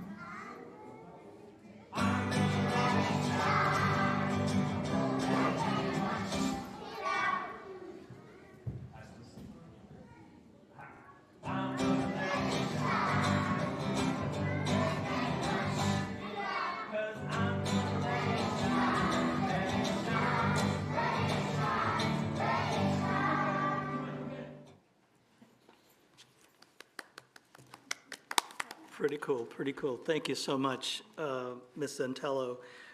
So that were our proud students from Panther Lake Elementary and Springbrook Elementary. So I wanted to again thank them for their hard work in acknowledging our board. And on behalf of our Kent School District entire students, staff, families, and our community at large, I want to again say thank you for your commitment to our students here in the Kent School District. Let's give them all a hand.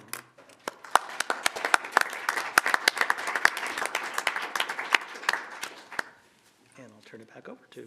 Thank you very much.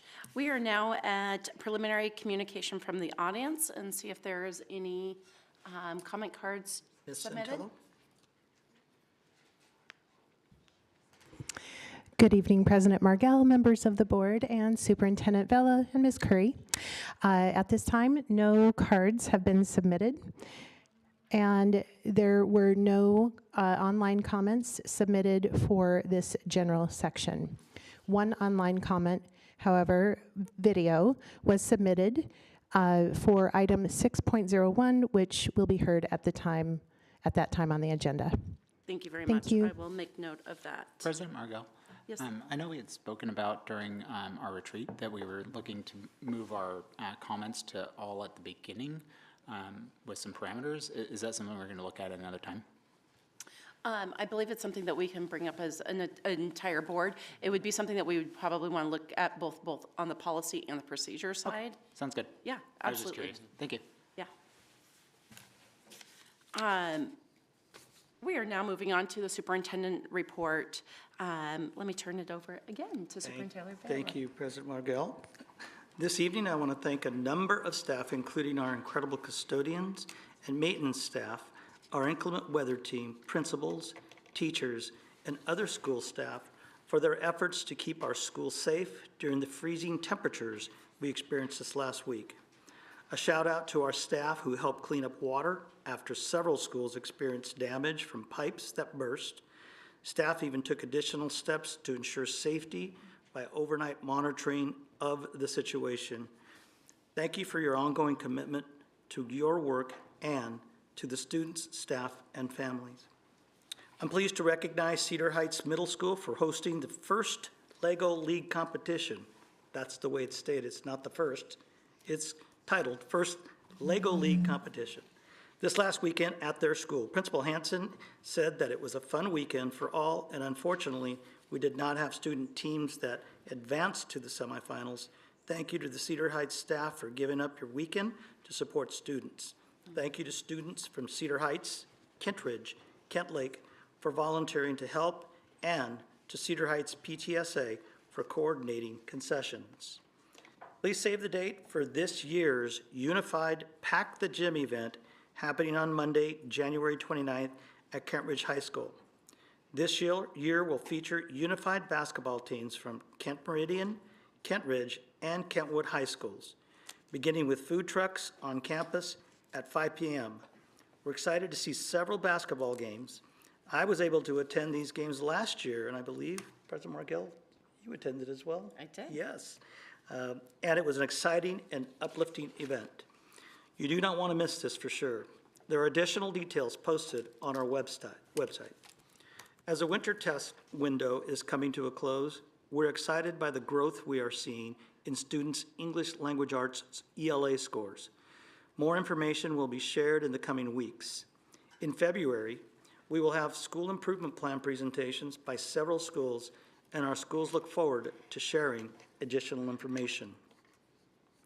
In the spirit of continuous learning and improvement, I recently hosted a meeting of superintendents in our region to learn and build community together as we work to overcome regional challenges and elevate youth and community leadership. Along with cultivating educator diversity, professional learning communities are important at every level in moving the work forward. This Sunday, I'll be virtually attending the WASA and WASDA, including WASBO Legislative Conference, along with other superintendents to hear updates on legislative priorities, the current education budget and policy landscape, and how to effectively advocate for our collective needs. As you are aware, educators' plates are already overflowing, and there is an urgent need to put a pause on policy while also addressing our continuing budget concerns. It will be essential for education leaders to actively participate in the legislative process to ensure our needs are not forgotten. The next day, Monday, I'll attend the Day on the Hill in Olympia. This is an opportunity for school directors, superintendents, and school district business officials to come together to advance the priority topics introduced during the legislative conference by taking them to the Capitol. We will be attending panel presentations comprised of education and budget leaders who will share insights on how best to influence the legislative priorities in 2024 and beyond. Education leaders coming together and speaking with one voice is critical, perhaps more than ever before, as we address our collective needs with the legislature. Congratulations to our new building administrators for completing the final phase of their Center for Educational Leadership 5 Dimensions of Teaching and Learning training, also known as CEL 5D. Their roles have changed from being evaluated to performing evaluations for building staff. Again, congratulations on completion of this training. Goal 2 of our strategic plan is expanding student, family, and community partnerships. To that end, my team has identified 4 key community groups for sharing information, listening to feedback, and answering questions. These groups include families, CBOs or community-based organizations, faith-based organizations, and local businesses. Dr. Wade Behringer began in December by hosting parent and family forums where they discussed levies and bonds and the differences between the 2 types of funding measures. Mr. Randy Heat met with local community-based leaders this month as well and shared our strategic plan goals and asked for feedback on a draft flowchart on the key aspects of the contracting and MOU process. In addition, we are continuing our work to elevate student voice and our efforts to include every student, every voice, every day. There are 2 middle schools to recognize for their outstanding athletes. Congratulations to Meeker Middle School's boys basketball team, who tied for first place in the Kent-Tahoma Varsity League, and to the Northwood Gymnastics team on their team victory. Another important recognition includes Lucas Wyndham from Kentwood High School, yes, on qualifying for the West Central District's swimming championships, ready, in all 8 individual events and 3 relays. I believe this is called an Ironman. This is Kentwood's first student athlete to achieve this accomplishment. We thank our student athletes and their coaches for their hard work and dedication to their sport.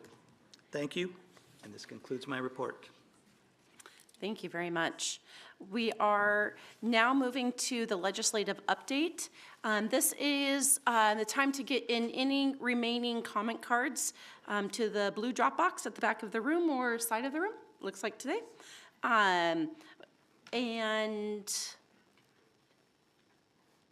any more? Want to run? Okay. Director Clark, could you give us your legislative update?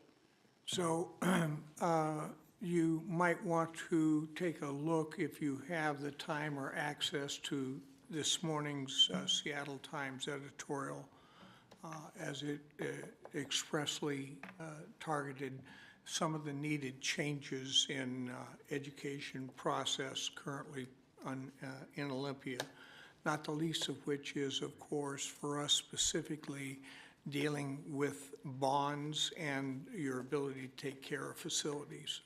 And of course, it's not just our problem, that's fairly universal.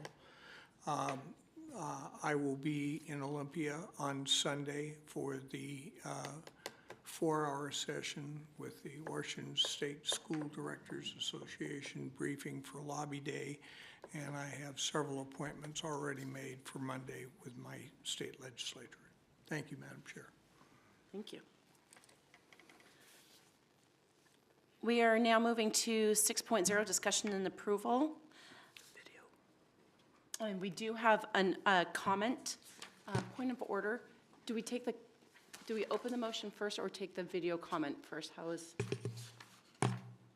You would, I believe, open the motion, Okay. and then we can begin with the in-person comments, for which I've just received 2 for 6.01, and then we can move to the video comment that was submitted. Perfect, thank you very much. I ask the board to make a motion. Move to approve Resolution 1663, reduction in educational program. Second. It is, the motion's been made and seconded. I'll ask for any question, or any comments on this motion and discussion, open up discussion.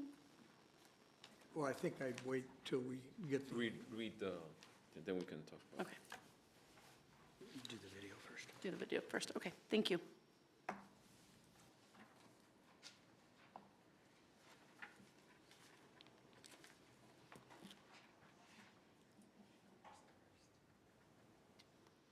I'm sorry, we need to vote on the motion. That would only be after the discussion has been held. So we'll have the comments in person, Thank you. for which 2 have just been submitted, and I've presented them. Okay. Thank And you then very we'll much. have the video that I'll play, Yeah. Thank you. And then we can have this. Okay, followed by thank you, guys. comment. Bear with me. It's all a learning process. Okay. I will take these in the order that I received them. The first person is Ruth Smith.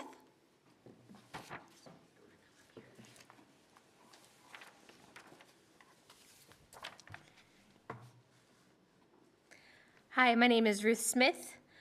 I am very concerned about this resolution for several reasons, but I think the most important one being that I'd like to know how much we need to shave off the budget. How do we determine which positions are being cut in this resolution? Whether how do you determine that? How is it going to affect district operations, which is a big concern as not only a teacher, but a coach of several different sports in the district? And how many of these positions do you intend to leave unfilled? How will they be filled in the future? And like I said, how is this going to be all determined, and what is the oversight process of that? So wanted to bring up those concerns. They are not necessarily addressed in the resolution, and I'm hoping that they will be discussed and considered. So thank you. Thank you. Thank you. The next comment that we have submitted was from Tim Martin. Good evening.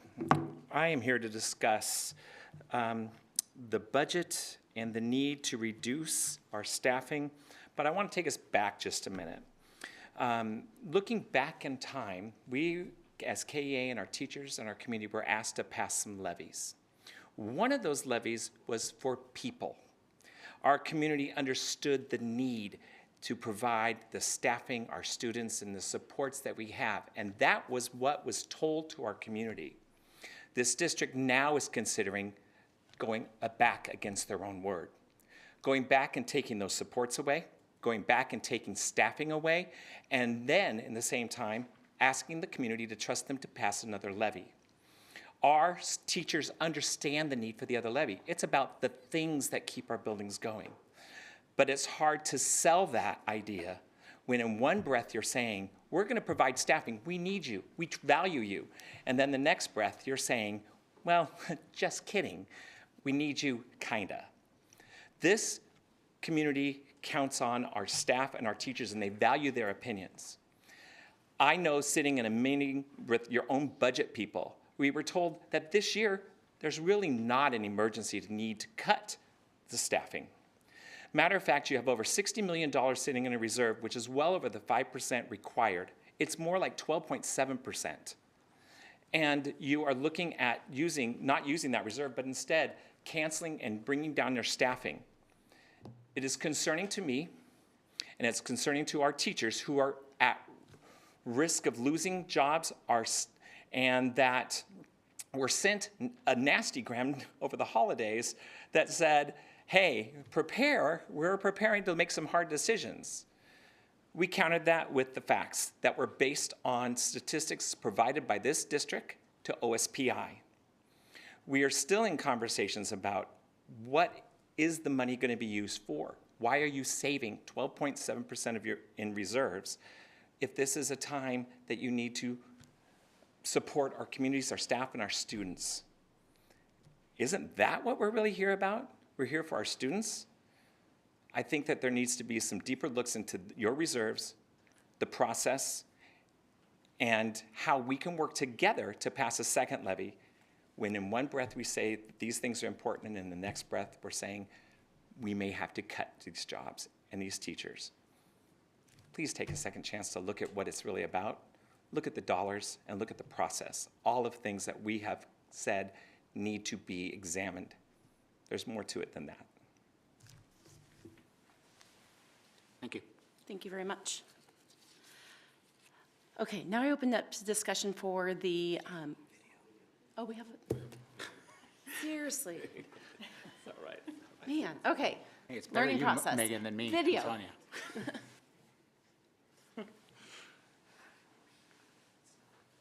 Good evening, board members. My name is Joe Riley, and I'm here to voice concerns I have over Resolution 1663, Reduction in Educational Program.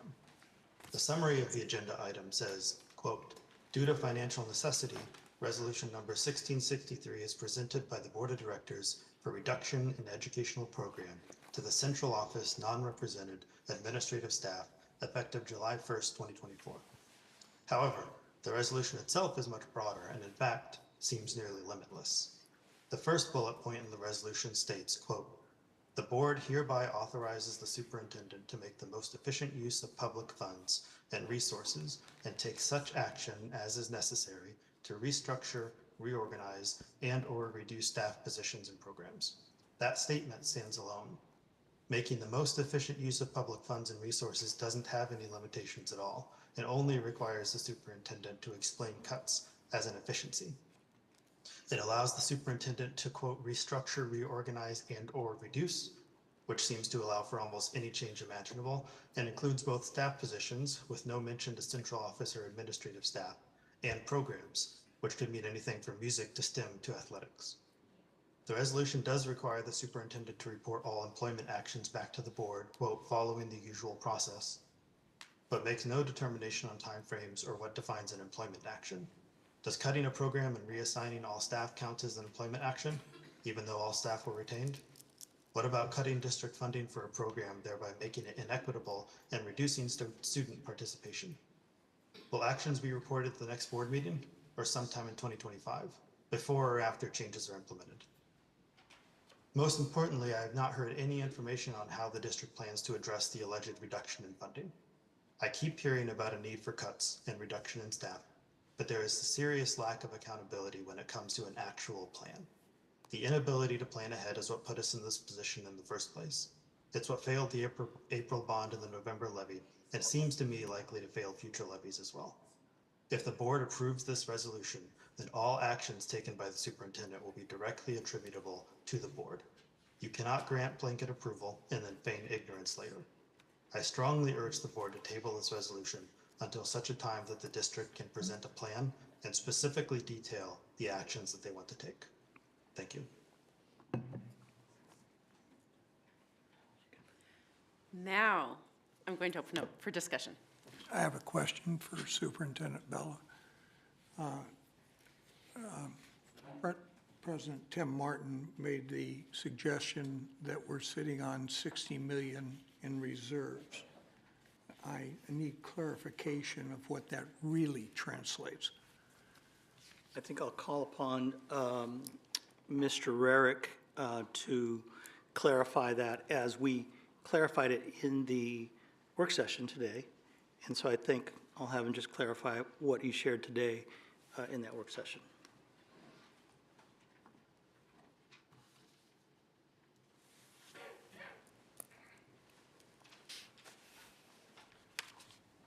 Good evening. Could you, I heard the question, but I mean, is it more, is it open-ended? You just want to know what that represents, or? Well, the statement was, we're talking about cuts in the future when we technically have 60 million in reserves. Right. I'm troubled by that in light of what we've been told. Sure. So Is the statement that we ended last year with a $60 million fund balance true? Yes, that is a true statement. So close of last year was, I believe, $63 million. I think to summarize the conversation we had at the work session,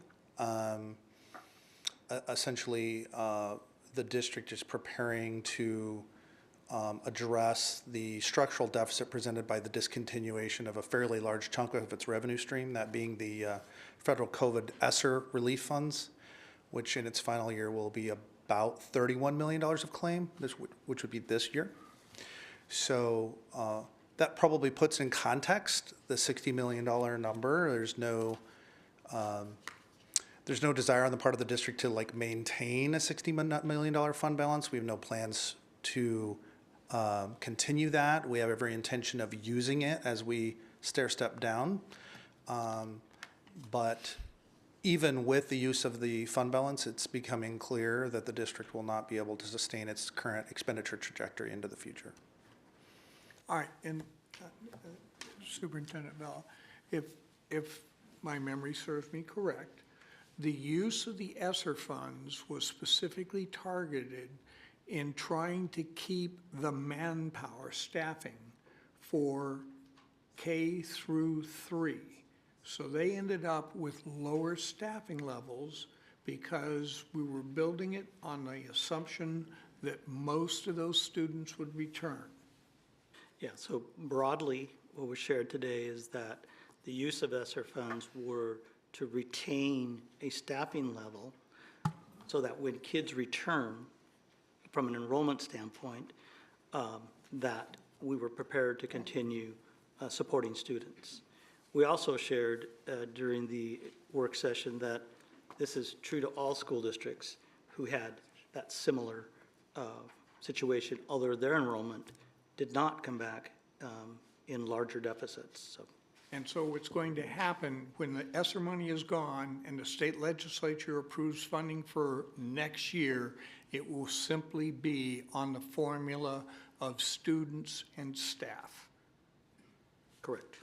Unless something were to change this legislative session, that's correct. Okay, and is it also correct that among the losses in revenue that we are currently looking at is we were X'd out of the box of levy equalization funds costing us $7 million a year, is that right? It is a true statement that we used to receive levy equalization funding, and we no longer do. Okay, thank you. Thank you. I have another question for you. Sorry, Mr. Eric. So during the work session that we held, I asked a question regarding if we were to do nothing to our budget whatsoever, when we would run out of money. When was that? So I think the way I answered you in the work session was that I am reaffirming, A, that we don't have any cash concerns in the current year, okay? So no change there, that's been pretty clear from the beginning. That next year, if we did nothing, we would expect a very rapid decline of our fund balance, but I would not, at this time, anticipate going net negative in the way that Kent had a history of doing. So it would be the following year. Not to say that next year there wouldn't necessarily be cash considerations in a particular month, but that we wouldn't be projected to end negative. So we're currently, to kind of summarize that, we're currently preparing for not next school year, but the year after then, assuming that we weren't trying to keep our reserve funds. Maybe stated a different way, you're preparing to follow your own policy with regards to fund balance for the next school year. And what's the purpose of the reserve funds? Just curious. The purpose of a fund balance? Yes. Situations where districts experience global pandemics, for example. Say something along the lines of running out of money. Would that be something we would use it for? Yeah, I'm sort of losing the intent of the question. Can you ask it again? Like, what is the intent of having a reserve? Intent of having the reserve would be to be able to meet payroll, basic operational costs in situations where you have a rapid change in your revenue sources, albeit from changes in enrollment, change in state policy, Or ESSER or funds? elimination of ESSER funds? federal money like ESSER, could be any number of things. If I may, though, Yes. usually you would see and I hate the rainy day fund, right? But the monies that it's sitting aside in a fund balance would be for non-foreseeable things, right? Global pandemic, nobody knew that one was coming. If there was suddenly something that happened in the entire area that reduced tax revenues. No tax revenues, nothing coming in, right? The loss of ESSER funds, we knew that was coming, right? And so using funds in a fund balance for something that is that foreseeable seems like that's not really what a fund balance would be for. Yeah. Yeah, so you're balancing priorities here clearly, but I would just point to the experiences of other districts across the state. We're not, like, this is not a unique conversation we're having in Kent. So all the districts are having similar conversations with their finance heads right now in board meetings like this.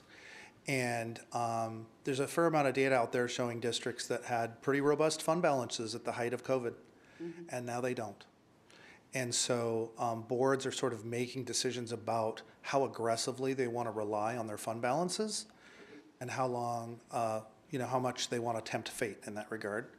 And we've been having this discussion as a board for 3 years, essentially. So we now find ourselves in a position where that time is here. The ESSER funding is discontinuing. We have every intention of incorporating some of the fund balance into this plan. So the intent is not to maintain $63 million. But there's certainly an immediate operating deficit facing the district next year. There's no question about that. And let's push on that one just a little bit.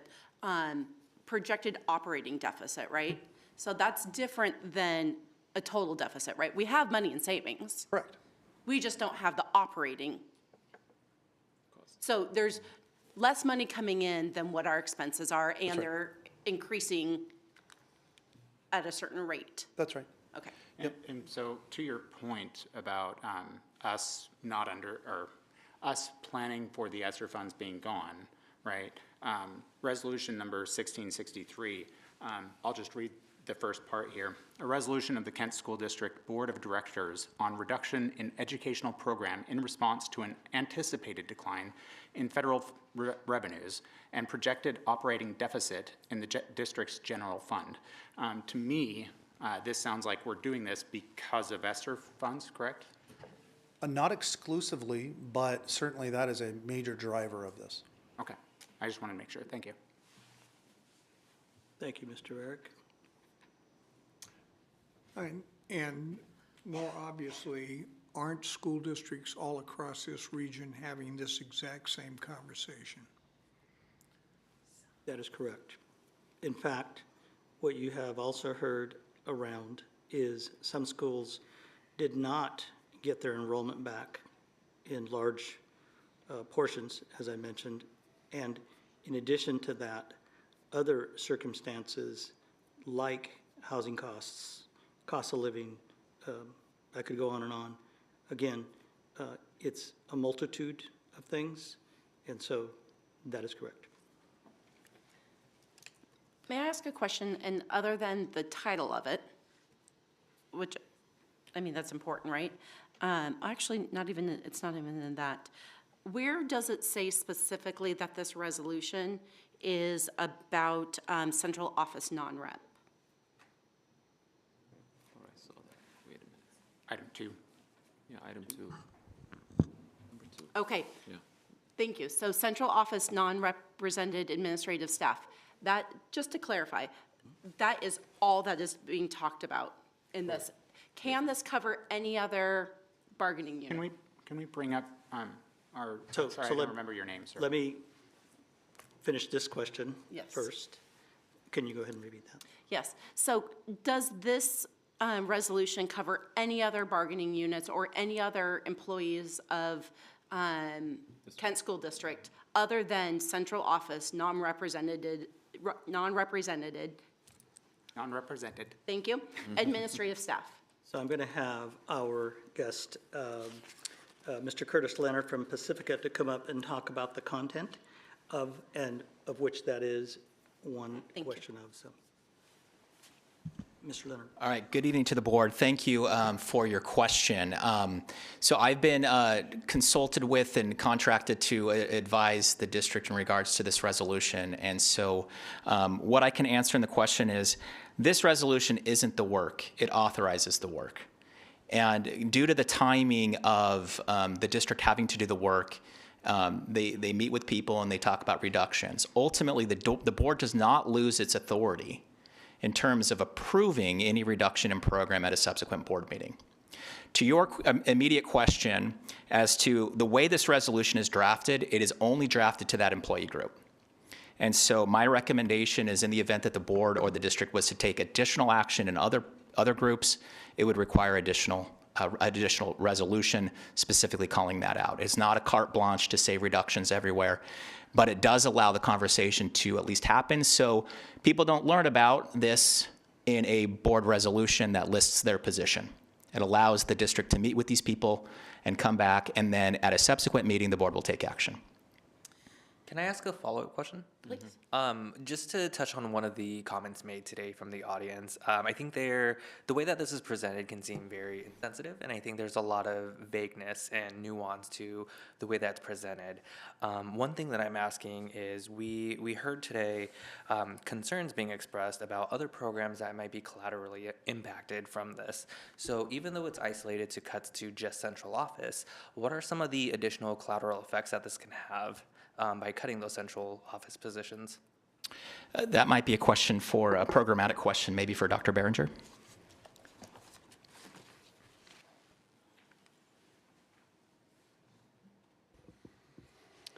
Good evening, President Margell, members of the board, Superintendent Vela, Ms. Curry. Director Song, to your question of what are the potential impacts to supports and programs based on the potential reductions at the central office level. At this time, it's hard to say in the end exactly what that would look like.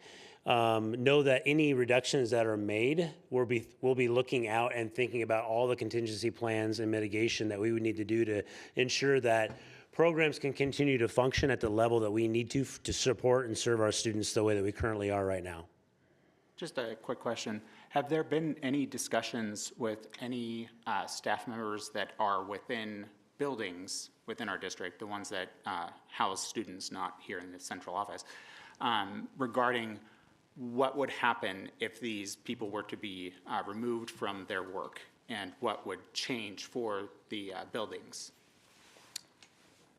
Director Cook, we've had some extensive conversations with one of our labor groups that is directly in position to lead work in our buildings and therefore understand the impact of potential reductions made with this particular labor group or non-labor group. And what was it that was told to them? What do you mean, what was told to them? What was their expected impact? We talked to them about the fact that we're in a financial situation that we need to make reductions. So knowing that you are, say, leaders of your buildings, we want to make sure that we're cognizant of the impact that anything might have. And we had conversations, we had discussions. They shared their input on things. And so we spent a good deal of time going through that prior to bringing this resolution to you. Was there any expectation that there would be additional work provided to the district schools that they would take on due to the reduction in staff here at the central office? To answer that question, just so you know, this isn't the first time the Kent School District has gone through a reduction similar to this.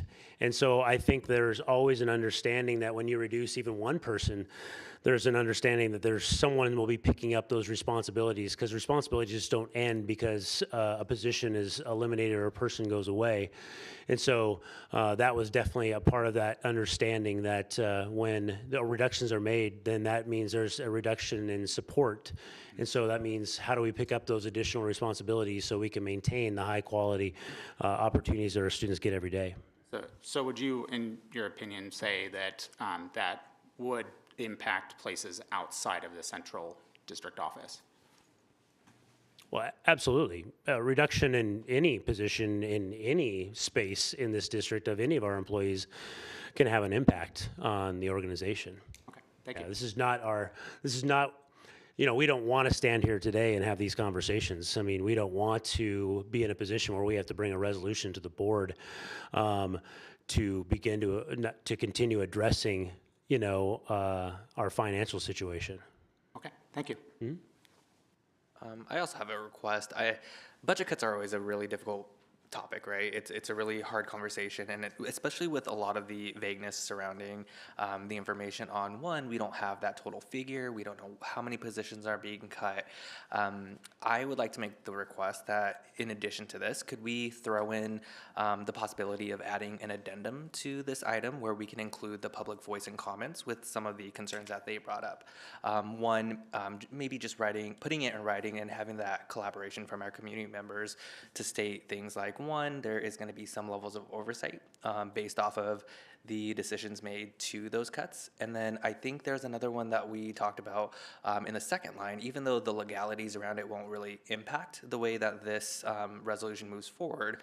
But the piece that I heard also being a topic of concern was where it says 2024-25 school year and beyond. That language seems pretty extensive beyond what the scope should be. So after this, could we add that addendum to make some of those edits, changes to this language? Yeah, I will answer the question about the 2024-2025 school year. In this section in the resolution, the whereas is descriptive in stating that the projected levels of budget are forecasted to be an issue next year and beyond. The actual operative language, let's be clear, would be for 24-25 only. And that is because reductions are made on a year-to-year basis. And so if you were attending to reduce program in 24-25, you would need to take action in 23-24 now because of contracts, because of CBAs and other requirements. You're not taking action for 25-26. One question about that. Yes, you Director just brought up CBAs. This is non-represented staff. Would that still apply to CBAs, considering this is only supposed to be affecting non-represented? In this resolution, I was speaking directly, or just generally, Director Cook. I'm in 40 school districts right now doing this conversation. That is a good clarification. But generally, why, and to answer the question as to why it's year to year, is because there are those considerations. So when the board takes action, it is not for 2 years down the road. It's for next year. So Director Song, that clarification is a good one. It's implicit in this resolution, but certainly on the record, these are reductions for next year. Okay, only. Thank you so much. Yeah, because I think language is really important, and I think when we're dealing with stressing topics such as this one, I think it would do a lot of help to provide some of that clarity to our constituents. Thank you. Are you suggesting a motion? I guess I am suggesting a motion to add an addendum with additional feedback and edits to this resolution. So for that, I'm going to, but if you have anything more, Mr. Leonard, I will, for content, I'll call you back up. However, I'll have Mr. Rockwell will speak to this item that's currently with a motion. Thank you, Superintendent Villa. The question was whether an addendum can be added. Procedurally, I think what you'd need to do is make a motion to amend the motion that's on the floor to add to the document a written record of what's been said at the microphone and up in the video. If that's done, I think procedurally you can get this done, and it would be added to that document as part of the record. Thank you. Would this document, in your legal opinion, mean an emergency action? Is this something that is an emergency, essentially? I'm not going to comment on that. Mr. Leonard might, yeah. Mr. Leonard, if you explain again the purpose of this resolution? So I want to make sure I understand the question, Director Cook. An emergency? Yes, is this something that is rising to an emergency situation? Is that what we're claiming to be able to do this? I don't know if I can answer that question with specificity as to, I've been brought in to help draft the resolution. As to whether it's an emergency, I have not been in those budget conversations, to be honest. Maybe that's a question for Mr. Bella. So I'll answer it by the work session we just had related to that. You would have to put the definition of emergency on it. What we're putting on it is expenditures versus revenue. We're putting on fund balance that is the board's policy. I'll stop there. Okay. But, yeah. Thank you. Thank you. I appreciate it. Thank you, Mr. Leonard. So, President Margell, Mr. Brockvogel just shared what needed to happen from the amendment of the current motion. I'd like Mr. Brockvogel to repeat that, just so that we're clear. Thank you, Superintendent Vella. Your Honor, there's a motion on the floor. There should be a motion to amend that motion to include the written record as an addendum to the written resolution. And that needs a second and an approval. Thank you. I motion that. I second that. Point of order, you need to state what your motion is. Oh my gosh, my brain capacity. I find it personally better if I actually write it out. I thought about it. I had a pen in my hand. Okay, perfect. So yeah, please correct me if I'm wrong, but I motion to amend this resolution and then to add an addendum to the new resolution, and then represent that. Based on the written. Oh yeah, based off the written and spoken discussions that were shared here today. But not affecting whether this is passed today. Correct.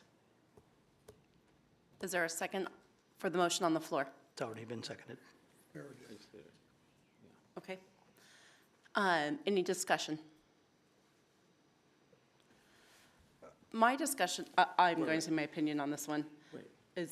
You better have the language. Correct. Yeah, that's why I was waiting for you to do a motion in the second. I feel like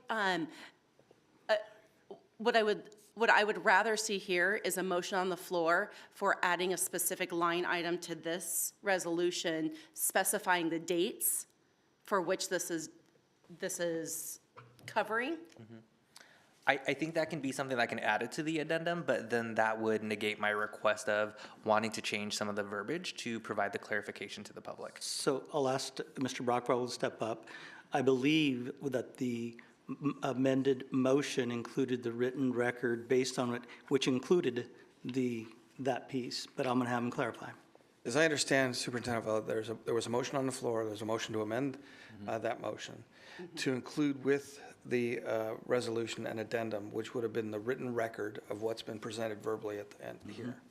So it covers it. And that has received a second, and we're in the middle of discussion. And now we're discussing an alternative to that, which would be an amendment within the resolution itself to include specific dates. And so procedurally, if you were inclined to vote on the First Amendment, Yes. then that probably would be the easiest thing to do, and then you may want to take up in a separate motion, another motion to amend. Yes. Okay. Understand the procedure of it. Thank you. And so,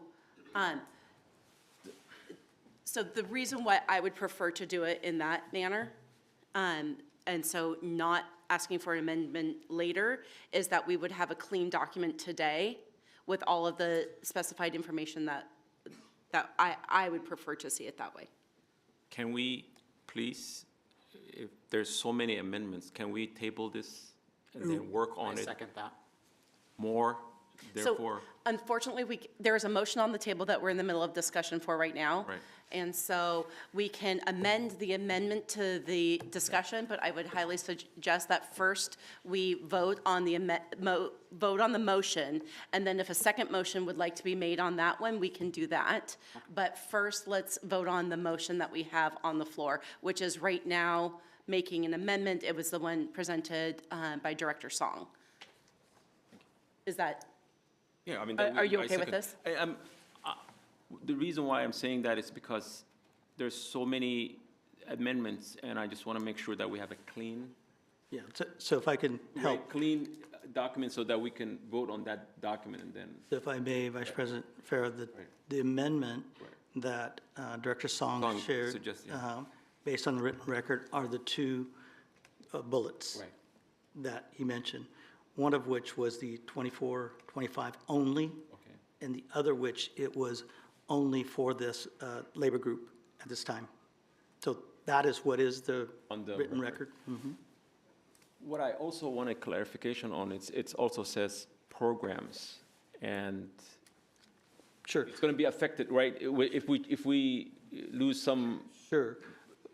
So that's also another one, and I also want to make sure that number 2, that we have some sort of a wording that says, final decision belongs to the board or some sort, because I feel like. I believe that was said in the written record, but Right. Mr. Leonard, would you please come and repeat that?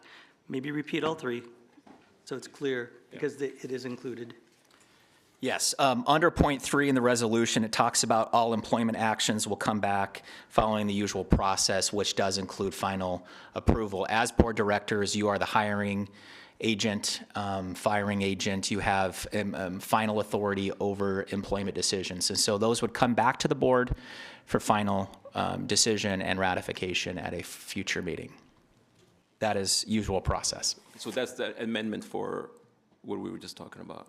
Yes, right? so Okay. the amendment I requested includes everything we just talked about to be put into this. All right, thanks. Correct. Yeah, so even including what President Margell was just requesting. Right, good. Then I'm okay with that. Thank you. Absolutely. Discussion is over, I guess. With it? Okay, great.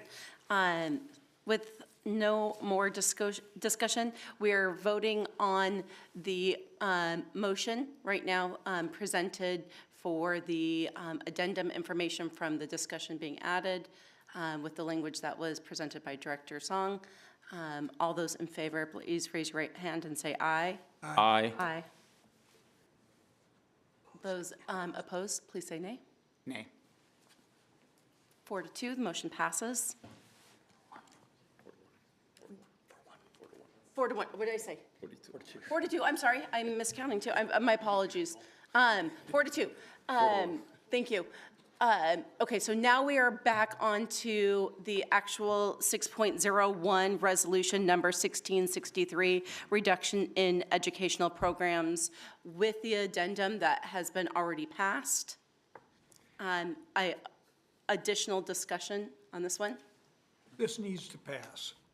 The fact is, this is a difficult time, and staff needs to have a vision of the future. And the people being affected need to be told in advance, as we need to work through the various millions of sub-decisions that have to be made should people already basically declaring they were going to move on, and whether you're going to replace them, and blah, blah, blah.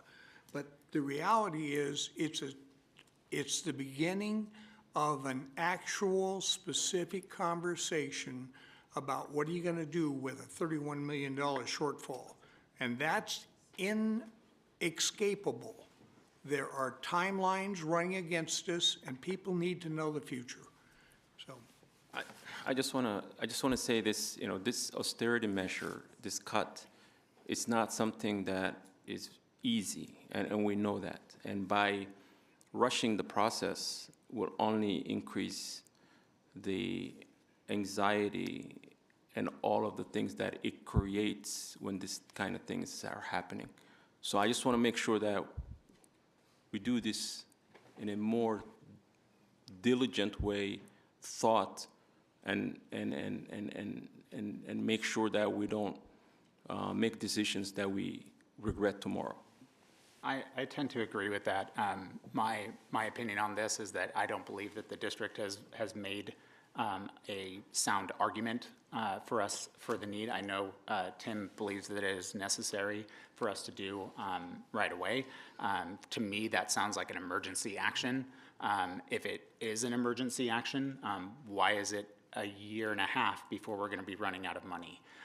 That doesn't sound like an emergency to me. The fact that we're also waiting until July to let people go, if we are, that seems to me like, and I understand, I really do, I understand people wanting to know what's happening. I would really like to see this board discuss this more in another session. And I know that means that we're pushing it out 3 weeks, and I apologize for that to anyone that this is affecting. But I believe that is very important. And as such, I would like to motion that we table this until our next meeting. Is there a second for the motion?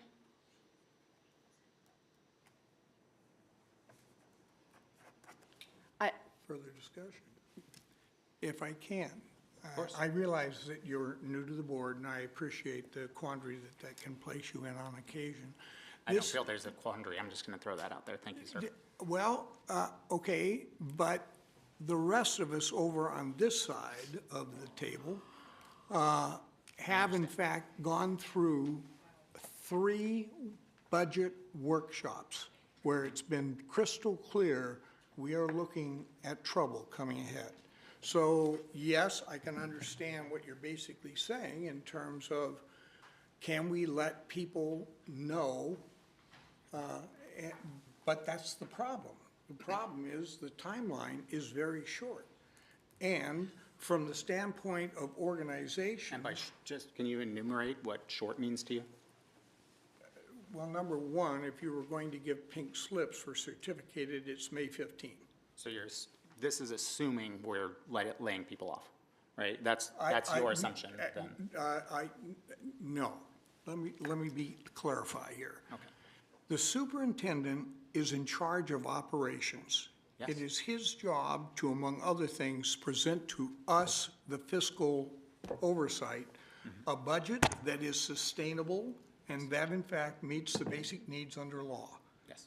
Now, with that in mind, it's impossible to look at a number of 31 million as a deficit and not say you're not in trouble in a large number of areas. I agree with that. I really do. What I would like to see happen is that our district tries again to pass another levy, bring these things to our people. I know that we've failed them in the past. I know that our public has said no, but take this information and put it out there to the public and ask them for more money. I mean, that's what I would do. That's how if I were the person, like when we talk about this, we always talk about kitchen table things here. And if it were me doing this, I would say, maybe I need a second job. Maybe I need to go find some more money somewhere else. Maybe I need to do some extra work. And I feel like we aren't doing that. And I feel like that is something that we owe to every single one of the staff members here. And I'm sorry, but I know they are non-represented staff. I don't care what kind of staff they are. To me, it is important that every single one of them keeps their job until we absolutely have to take it away. And I just, that is a belief that I have. Okay. Can I ask for some clarification from Superintendent Vela? And then whoever on the team that you think would answer this best. Just to, I guess, enhance my knowledge of what's happening, say we were to table this, and I just want to think hypothetical right now, just so I have a different frame of reference. And we did, follow through with what Director Cook is asking for, and we moved the timeline out, we try to do another levy, it may or may not pass. What are the negative ramifications that could happen, and what are some of the hypothetical positives that could happen? Yeah. So first of all, I'm going to separate the levy, which is we are going to be running in April. That's different than the conversation we're having here.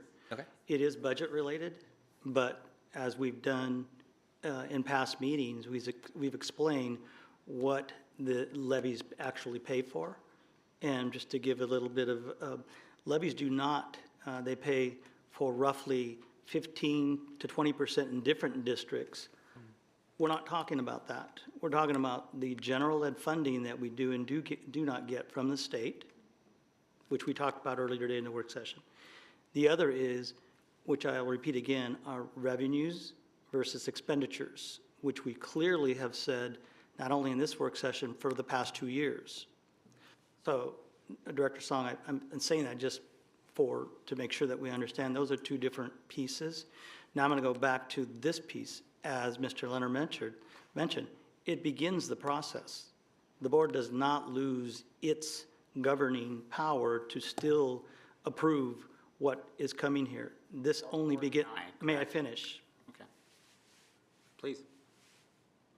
It begins the process for us to move forward in the conversations, and there are contractual obligations from timelines for all groups. They're not all the same as May 15th.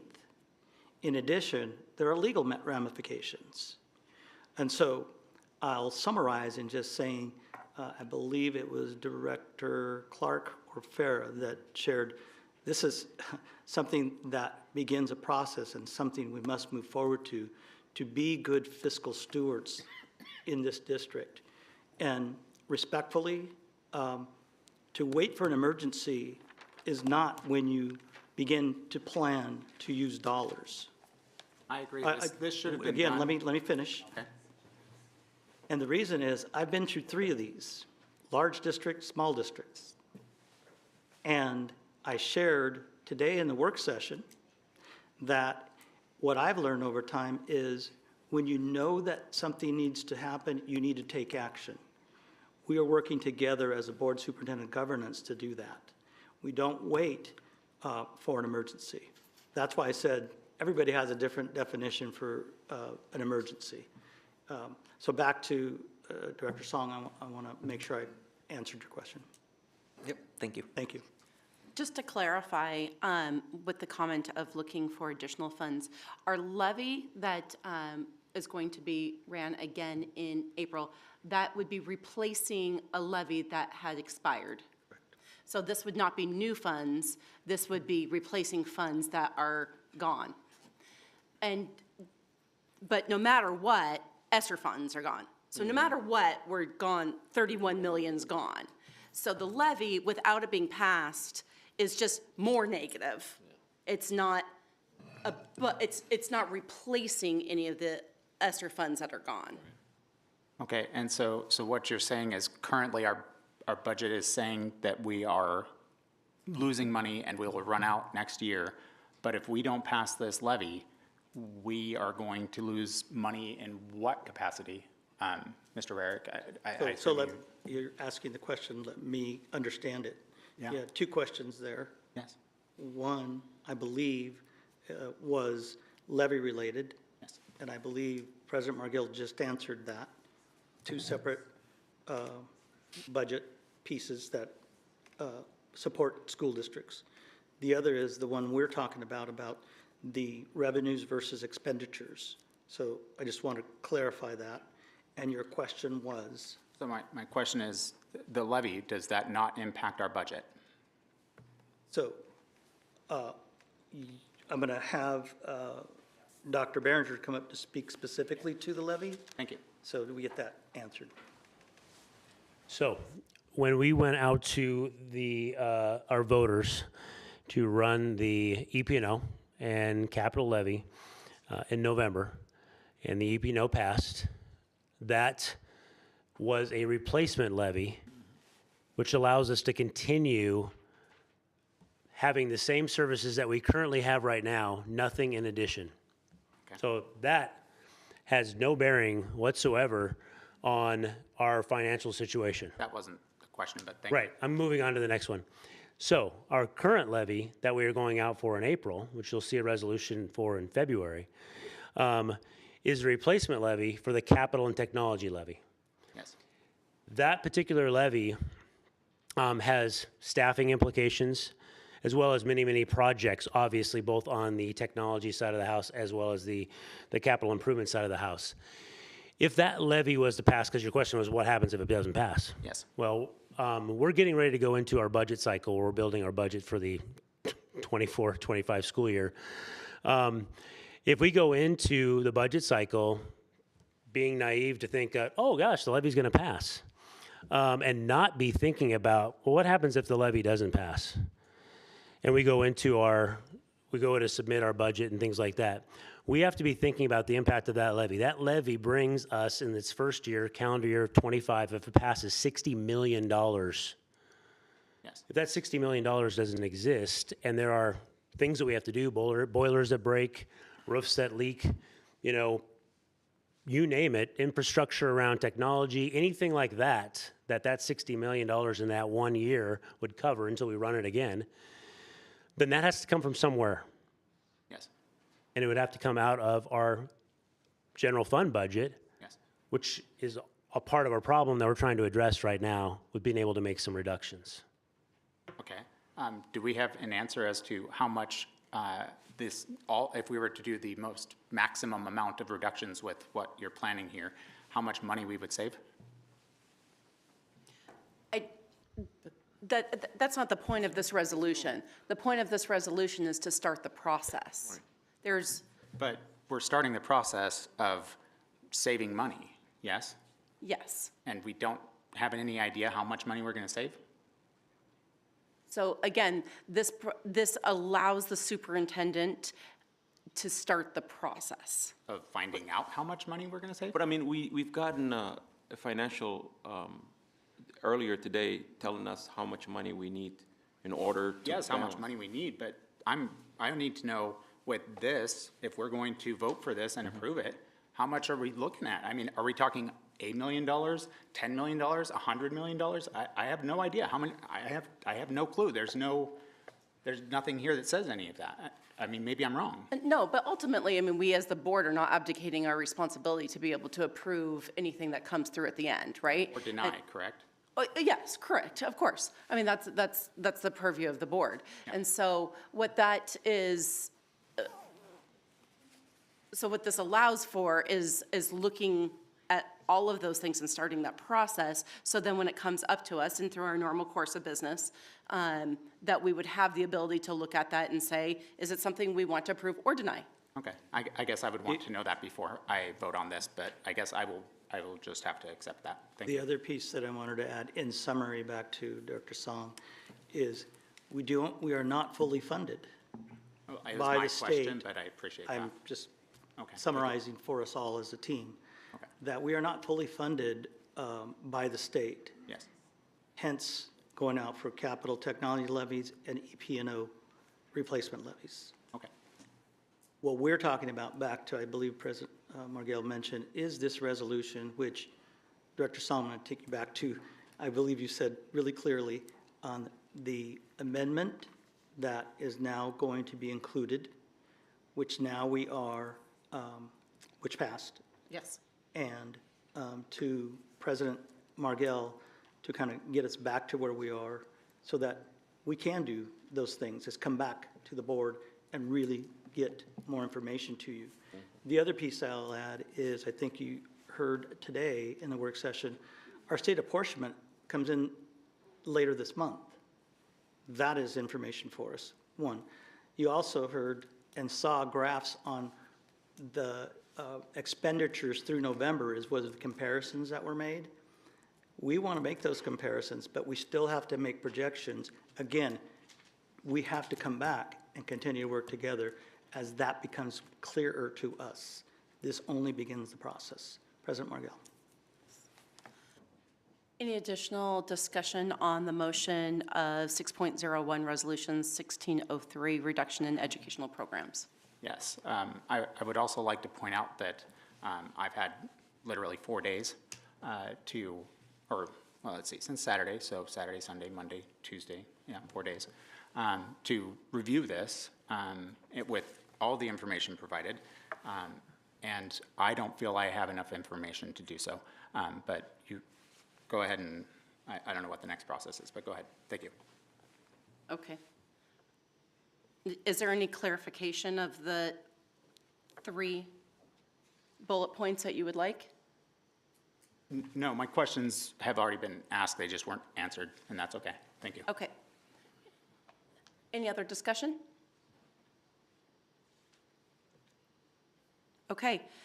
With that being said, I move to a call for a vote. All those in favor of 6.01 Resolution number 1663, reduction in educational programs, please say aye and raise your right hand. Aye. Aye.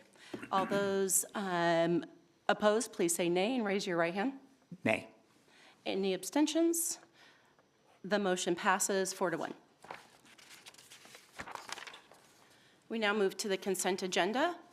Is there any items that any of the board directors would like to remove? I like to remove 7.02. I'd like to remove 710. Anything else? No, thank you. Is there a motion on the floor? I'd move to approve the consent calendar items 701 through 712 minus 702, 708. Oh, excuse me, 710. Now I've lost it, 710. Second. The motion on the floor is to approve the consent agenda 701 through 712, excluding items 702 and 710. Any discussion? All those in favor, please raise your right hand and say aye. Aye. Aye. That is 5-0. The motion passes. Is there another motion? I move that we approve item 7.02, Instructional Material Committee, IMC membership 2023-2024. Is there a second? Second. Discussion? I just wanted to talk about I want to ask Superintendent Vela. So this list looks like the same with last year. Yeah. So the question I have is, have we had an ability to present this to the community and see if other community members want to participate in the IMC committee? We do have Dr. Corbally here today to help, and I will say to the first part, depending on the committee group, there's some that serve for a little longer, and then I think to your other question, which was, have we had it out to, how do we get it out to others to be able to be a part of it? To be able to participate, Market it, yeah. Dr. Corbally. President Margella, Superintendent Vela, and the Board of Directors. Our members serve a 3-year, by board policy, they serve a 3-year term on the IMC committee, and all 3 of our community members said they wanted to continue and fill out their 3 years, which will end after this school year, and then we will come back to you. One of the ways we ask you to recommend community members to come to the table, but they are on their 3-year term, which is part of our board policy. Thank you. May I ask then, that totally makes sense to me. Then why are we reapproving it today? Because board policy requires that, because we do have people who are rolling off, not just community members, but teachers who roll off of the roles. And so, but our policy and procedure requires that it's approved every single year. And we approve the entire docket, not just those who are moving? Okay. Yes. Thank you. Thank you. The only thing I'd like to say is I want to thank all of you for the work that you do. It's really invaluable to the district. Thank you. Thank you. Thank you, Dr. Corbally. Thank you. Any other discussion on item 702? Seeing no further discussion, all those in favor say aye and raise your right hand. Aye. 5-0, the motion passes. Is there another motion on the floor? I move to approve 710 gifts donations. Second. Discussion? Yeah, if I can, I just want to acknowledge some of the groups that have helped meet the special needs of various buildings. Carriage Crest Elementary, their PTSA for student needs brought in $700. Cedar Valley Elementary PTA brought in $815 for their drama club annual music license fee. Cedar Valley Elementary got a gift from Microsoft for program support to the tune of $91. And Kent Ridge High School Boosters for basketball raised $1,237 for referees for a jamboree that was held in November. And I thank all those people that went to that extra effort to give our kids more opportunities. And with that, I'd Thank you, Director. I have a comment on this one. Please let me know if this is the right forum for this. So I have a scholarship fund that I fund for TRIO and for College Bound. Some of the Kent schools are included in that program. I just wanted to put on the record that personal money coming out of my account if a Kent School District student is chosen, just for the transparency's sake that there might be some overlap with that. I give the money to the organization, and then I let them decide who gets awarded that scholarship. No, So- Thank you, Director Song. Definitely, that's important for, I think Director Cook mentioned we need to make sure that we are sharing all those pieces. And my team will always look at those pieces and analyze it to make sure that we are following policy. Thank you. Any additional discussion? Seeing no additional discussion, all those in favor say aye and raise your right hand. Aye. Aye. The motion passes 5-0. We are now done with the consent agenda. We're on to the informational section. There's no discussion required on any of these, so. But it is allowed? Of yes? course. Okay. I'm just clarifying, Oh. that's all. Would you like to discuss? No. Okay. Communication, final communication from the audience. Ms. Did- Santello? Is it all right if I read the written comment? Is that against the rules, or? We do give option for our audience to, or I'm sorry, our community to be able to submit either a written comment that is handed to all of us for us to read, or to do a, come in, of course, which we love, or to do a video like we did have tonight. If you would like to read the comment during It's not the entire our, thing, yeah. I mean, Because it was mostly questions, but there's just like a paragraph at the bottom. So if I may, Ms. Santello, I believe we had that protocol online. Yes, the protocol is on the board webpage. It is on each platform for public comment. If I may, let me grab it and I'll refer to a line from it. I guess my concern on that would be is consistency. Right, okay. And so if somebody gave us written because they wanted it truly just to be written and not read, and we don't read those ones, but we do read other ones, and if they want it guess- read, they can do the verbal or I comment. guess I would be open to just reading them all, just because I know there are people that may have difficulty in following along with what's going on and may not remember or what have you. I know I have memory problems occasionally. And so, since they're watching this, possibly, they would be able to hear and both see, either through closed captioning or something else through our meeting, but otherwise won't get that information if they don't remember to go back and look for it. And, yeah, I would, again, Can we talk about this some other time? yeah, but I do think that we need to talk about this in that the policy is, as it is right now, that we don't read written comments. We do make sure that all of us are given that, and so we can all see that, because there are specific timeframes to be able to have, so. I understand. Yeah, no, I appreciate the question, Director Cook. One of the things that our board did together is really discuss this process. And the whole purpose was to allow as many opportunities, we call them options, for our community to be heard. And that was one agreement that the board made, but the board can always come back. But it is that written comments will be disseminated to the board only, not read. That was one of the concerns of the board. But not the board so- only, like it's available in public though, right? So in the protocol. Yeah. Well, I just wanted to make sure to clarify, because I don't want anyone to think that we're trying to Yeah. hide it and keep it to I'll go ourselves. ahead and or read it, something. just to be clear. Thank you. Written comments will be provided to the board for their review. However, they will not be read aloud at a board meeting. But they'll still be Stated. available to the public. That's stated clearly in the protocol, yes. And we talked about this all throughout last year of how to do this. Because the idea was, we don't want to appear that we're trying to limit people coming and commenting. Yeah, of And course. we wanted to find any way possible that so people can have more opportunity. And that's one of the things we came up with. We'll say, how do we make sure that we can have more, so they can submit video? Yeah. Most likely, we would really like if people would come and really just like say, or if they're gonna submit something, then we can get it individually and then read it I guess out. I just always think of like the people that may have difficulty with things. As a disabled vet, I always think, what is the impact to those that may not be able to meet whatever, things that we set for them, right? And so that was my only thought. And it's fine. I appreciate it. Thank you. You bet.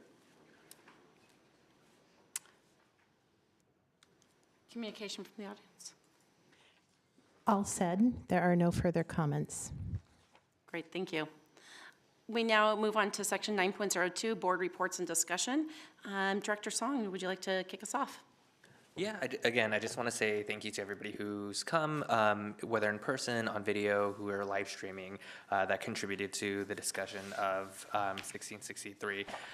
I know it's a really tough one.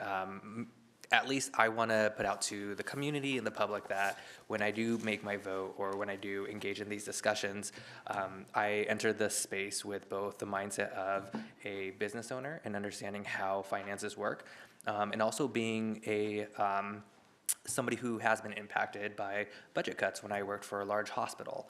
And so I'm doing my best to try to bring in both perspectives to see what's the most equitable way that we can move forward with this.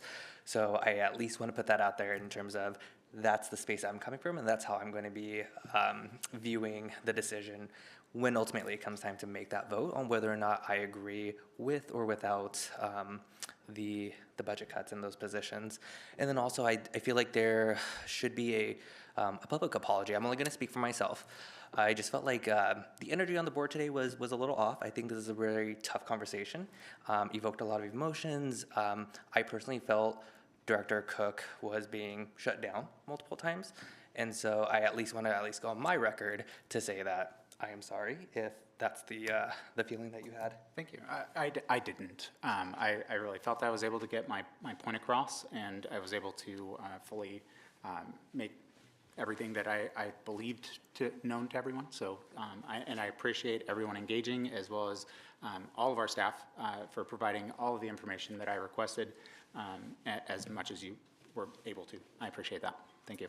Yep, and that concludes my comment. I have no more comment. That was it. Thank you. Okay, so Director Cook, you're good? I'm good. Thank you. Okay. Director Clark. I had the opportunity on Martin Luther King Day to go with some of the staff over to Kent Ridge High School for a production, and it really plays into a basic underlying quest that we within the school district have, and that's that, yes, academically we're trying to have students go through the various stages of growth and development that enable them to move out to other choices after they graduate. But part of that is developing leadership skills, and I have seen that being operational at the elementary and middle school levels, but it was a real delight to obviously simply through observance realize that student production had a great deal of student input, and they owned it, and they very clearly had messages that they want sent, and it was beautifully orchestrated, and I enjoyed it thoroughly. I also did last week attend a Kent Lake basketball game just to see what's going on the floor out there. And that's it for me. Great, thank you, Director Clark. Can I make a comment after you guys are done? I just have one other thing I wanted to speak to, but Yes. thank you. When we're all done, you want? Yes. Okay. Thank you. Oh, go ahead. Oh, okay, I just had to go find it, because I was going to sorry. I apologize. I just don't have it on me right now. Okay, I'll that's close. Vice President Vera. Okay, yes. I just want to thank the presenters tonight for the work session. That's really informative, and I know so much hard work has gone into it, and we really appreciate the staff always coming prepared and giving us presentations that give us more information to make a sound decisions and for the district.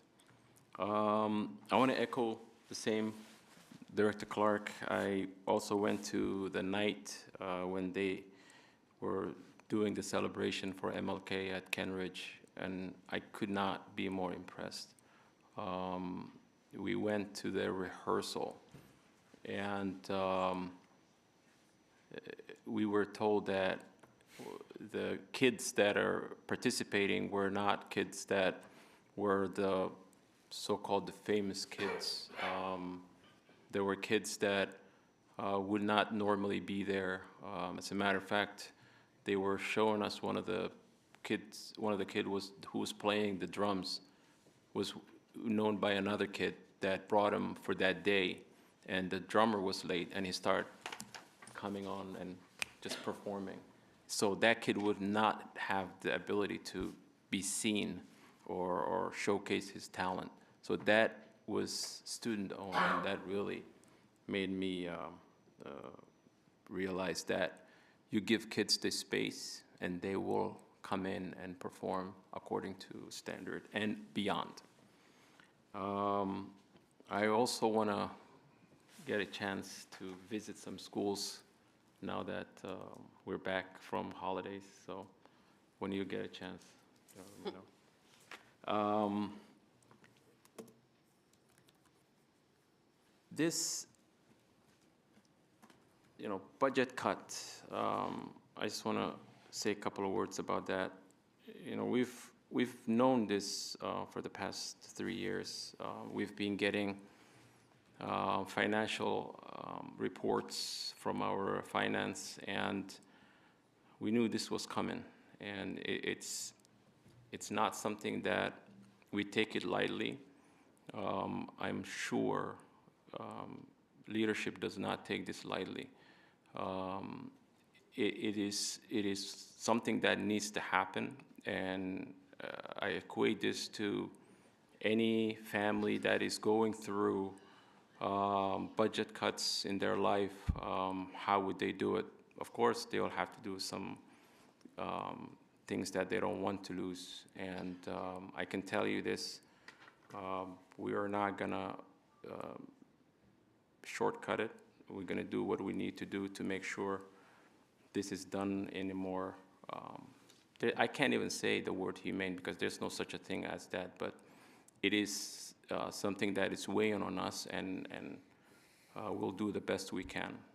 But it has to happen because this budget cut is something that is looming on our district, and it has happened before that. The district was in financial ruins because decisions were not made. I also want to close by thanking the staff. We have the best staff in this district. And when I say staff, some people may think I'm talking about the central district, but I'm talking about every single person that is employed by Kent School District. My wife and I moved to Kent because of this school district. And I believe this is one of the best school districts in the state. And I'm always thankful for what they do every day. When I go to schools, I'm always at awe of what and how things are being moved in a rapid pace, yet in more diligent way. So I really want to make sure that I always emphasize that. Thank you for what you do for our kids. That concludes my report. Thank you. I found it. So all I wanted to do is I would like to disclose, as I did during my campaign, that my wife is a teacher in this district. She's also a member of the executive board of her union and represents her building with her union as well.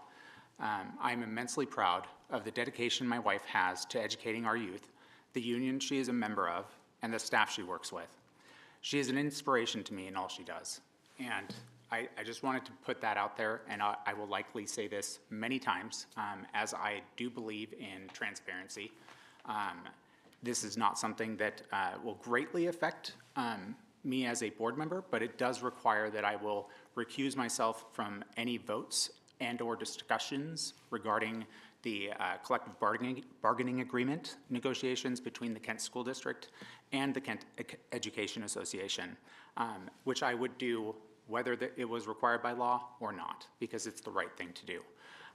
Outside of that, I don't have much more, but I did really enjoy the MLK Day rally that we went to the Thursday night before. It was fantastic. I got to see it again Friday over at Kent Lake. So it was just fantastic. I was honestly blown away. So I can't wait to see more of that. Also, I've been going to some of the schools, all secondary so far. I do plan on getting to the elementary schools, so I guess warning or something, I don't know. So I'm looking forward to seeing as much of the schools as I can, just so that I can get an idea of what we have here, which I think is a great place. And I really look forward to spending the next 4 years trying to help make things as good as they can be. Thank you, that's all. Thank you, Director Cook. For my board report, first I would like to say thank you for the thanks. Particularly love seeing Panther Lake and Springbrook in there in the videos. That was fantastic, and all of the beautiful artwork around the room. I know that takes coordination and time, and all of that is greatly appreciated. I'd also like to take a moment to thank the remainder of my board. Again, democracy is messy. I've said this before, and while there is decorum that we all have where we're up here, even if sometimes we get a little lost in the Robert Rules of Order, thank you very much for helping us out through this. But again, we do this because we're passionate, and you can see that passion throughout the board, and I appreciate all of the people that I have the opportunity to be working with. I'd also like to say that I very much enjoyed the MLK Assembly, the collective work of Kent Ridge, Kent Meridian, Kent Lake.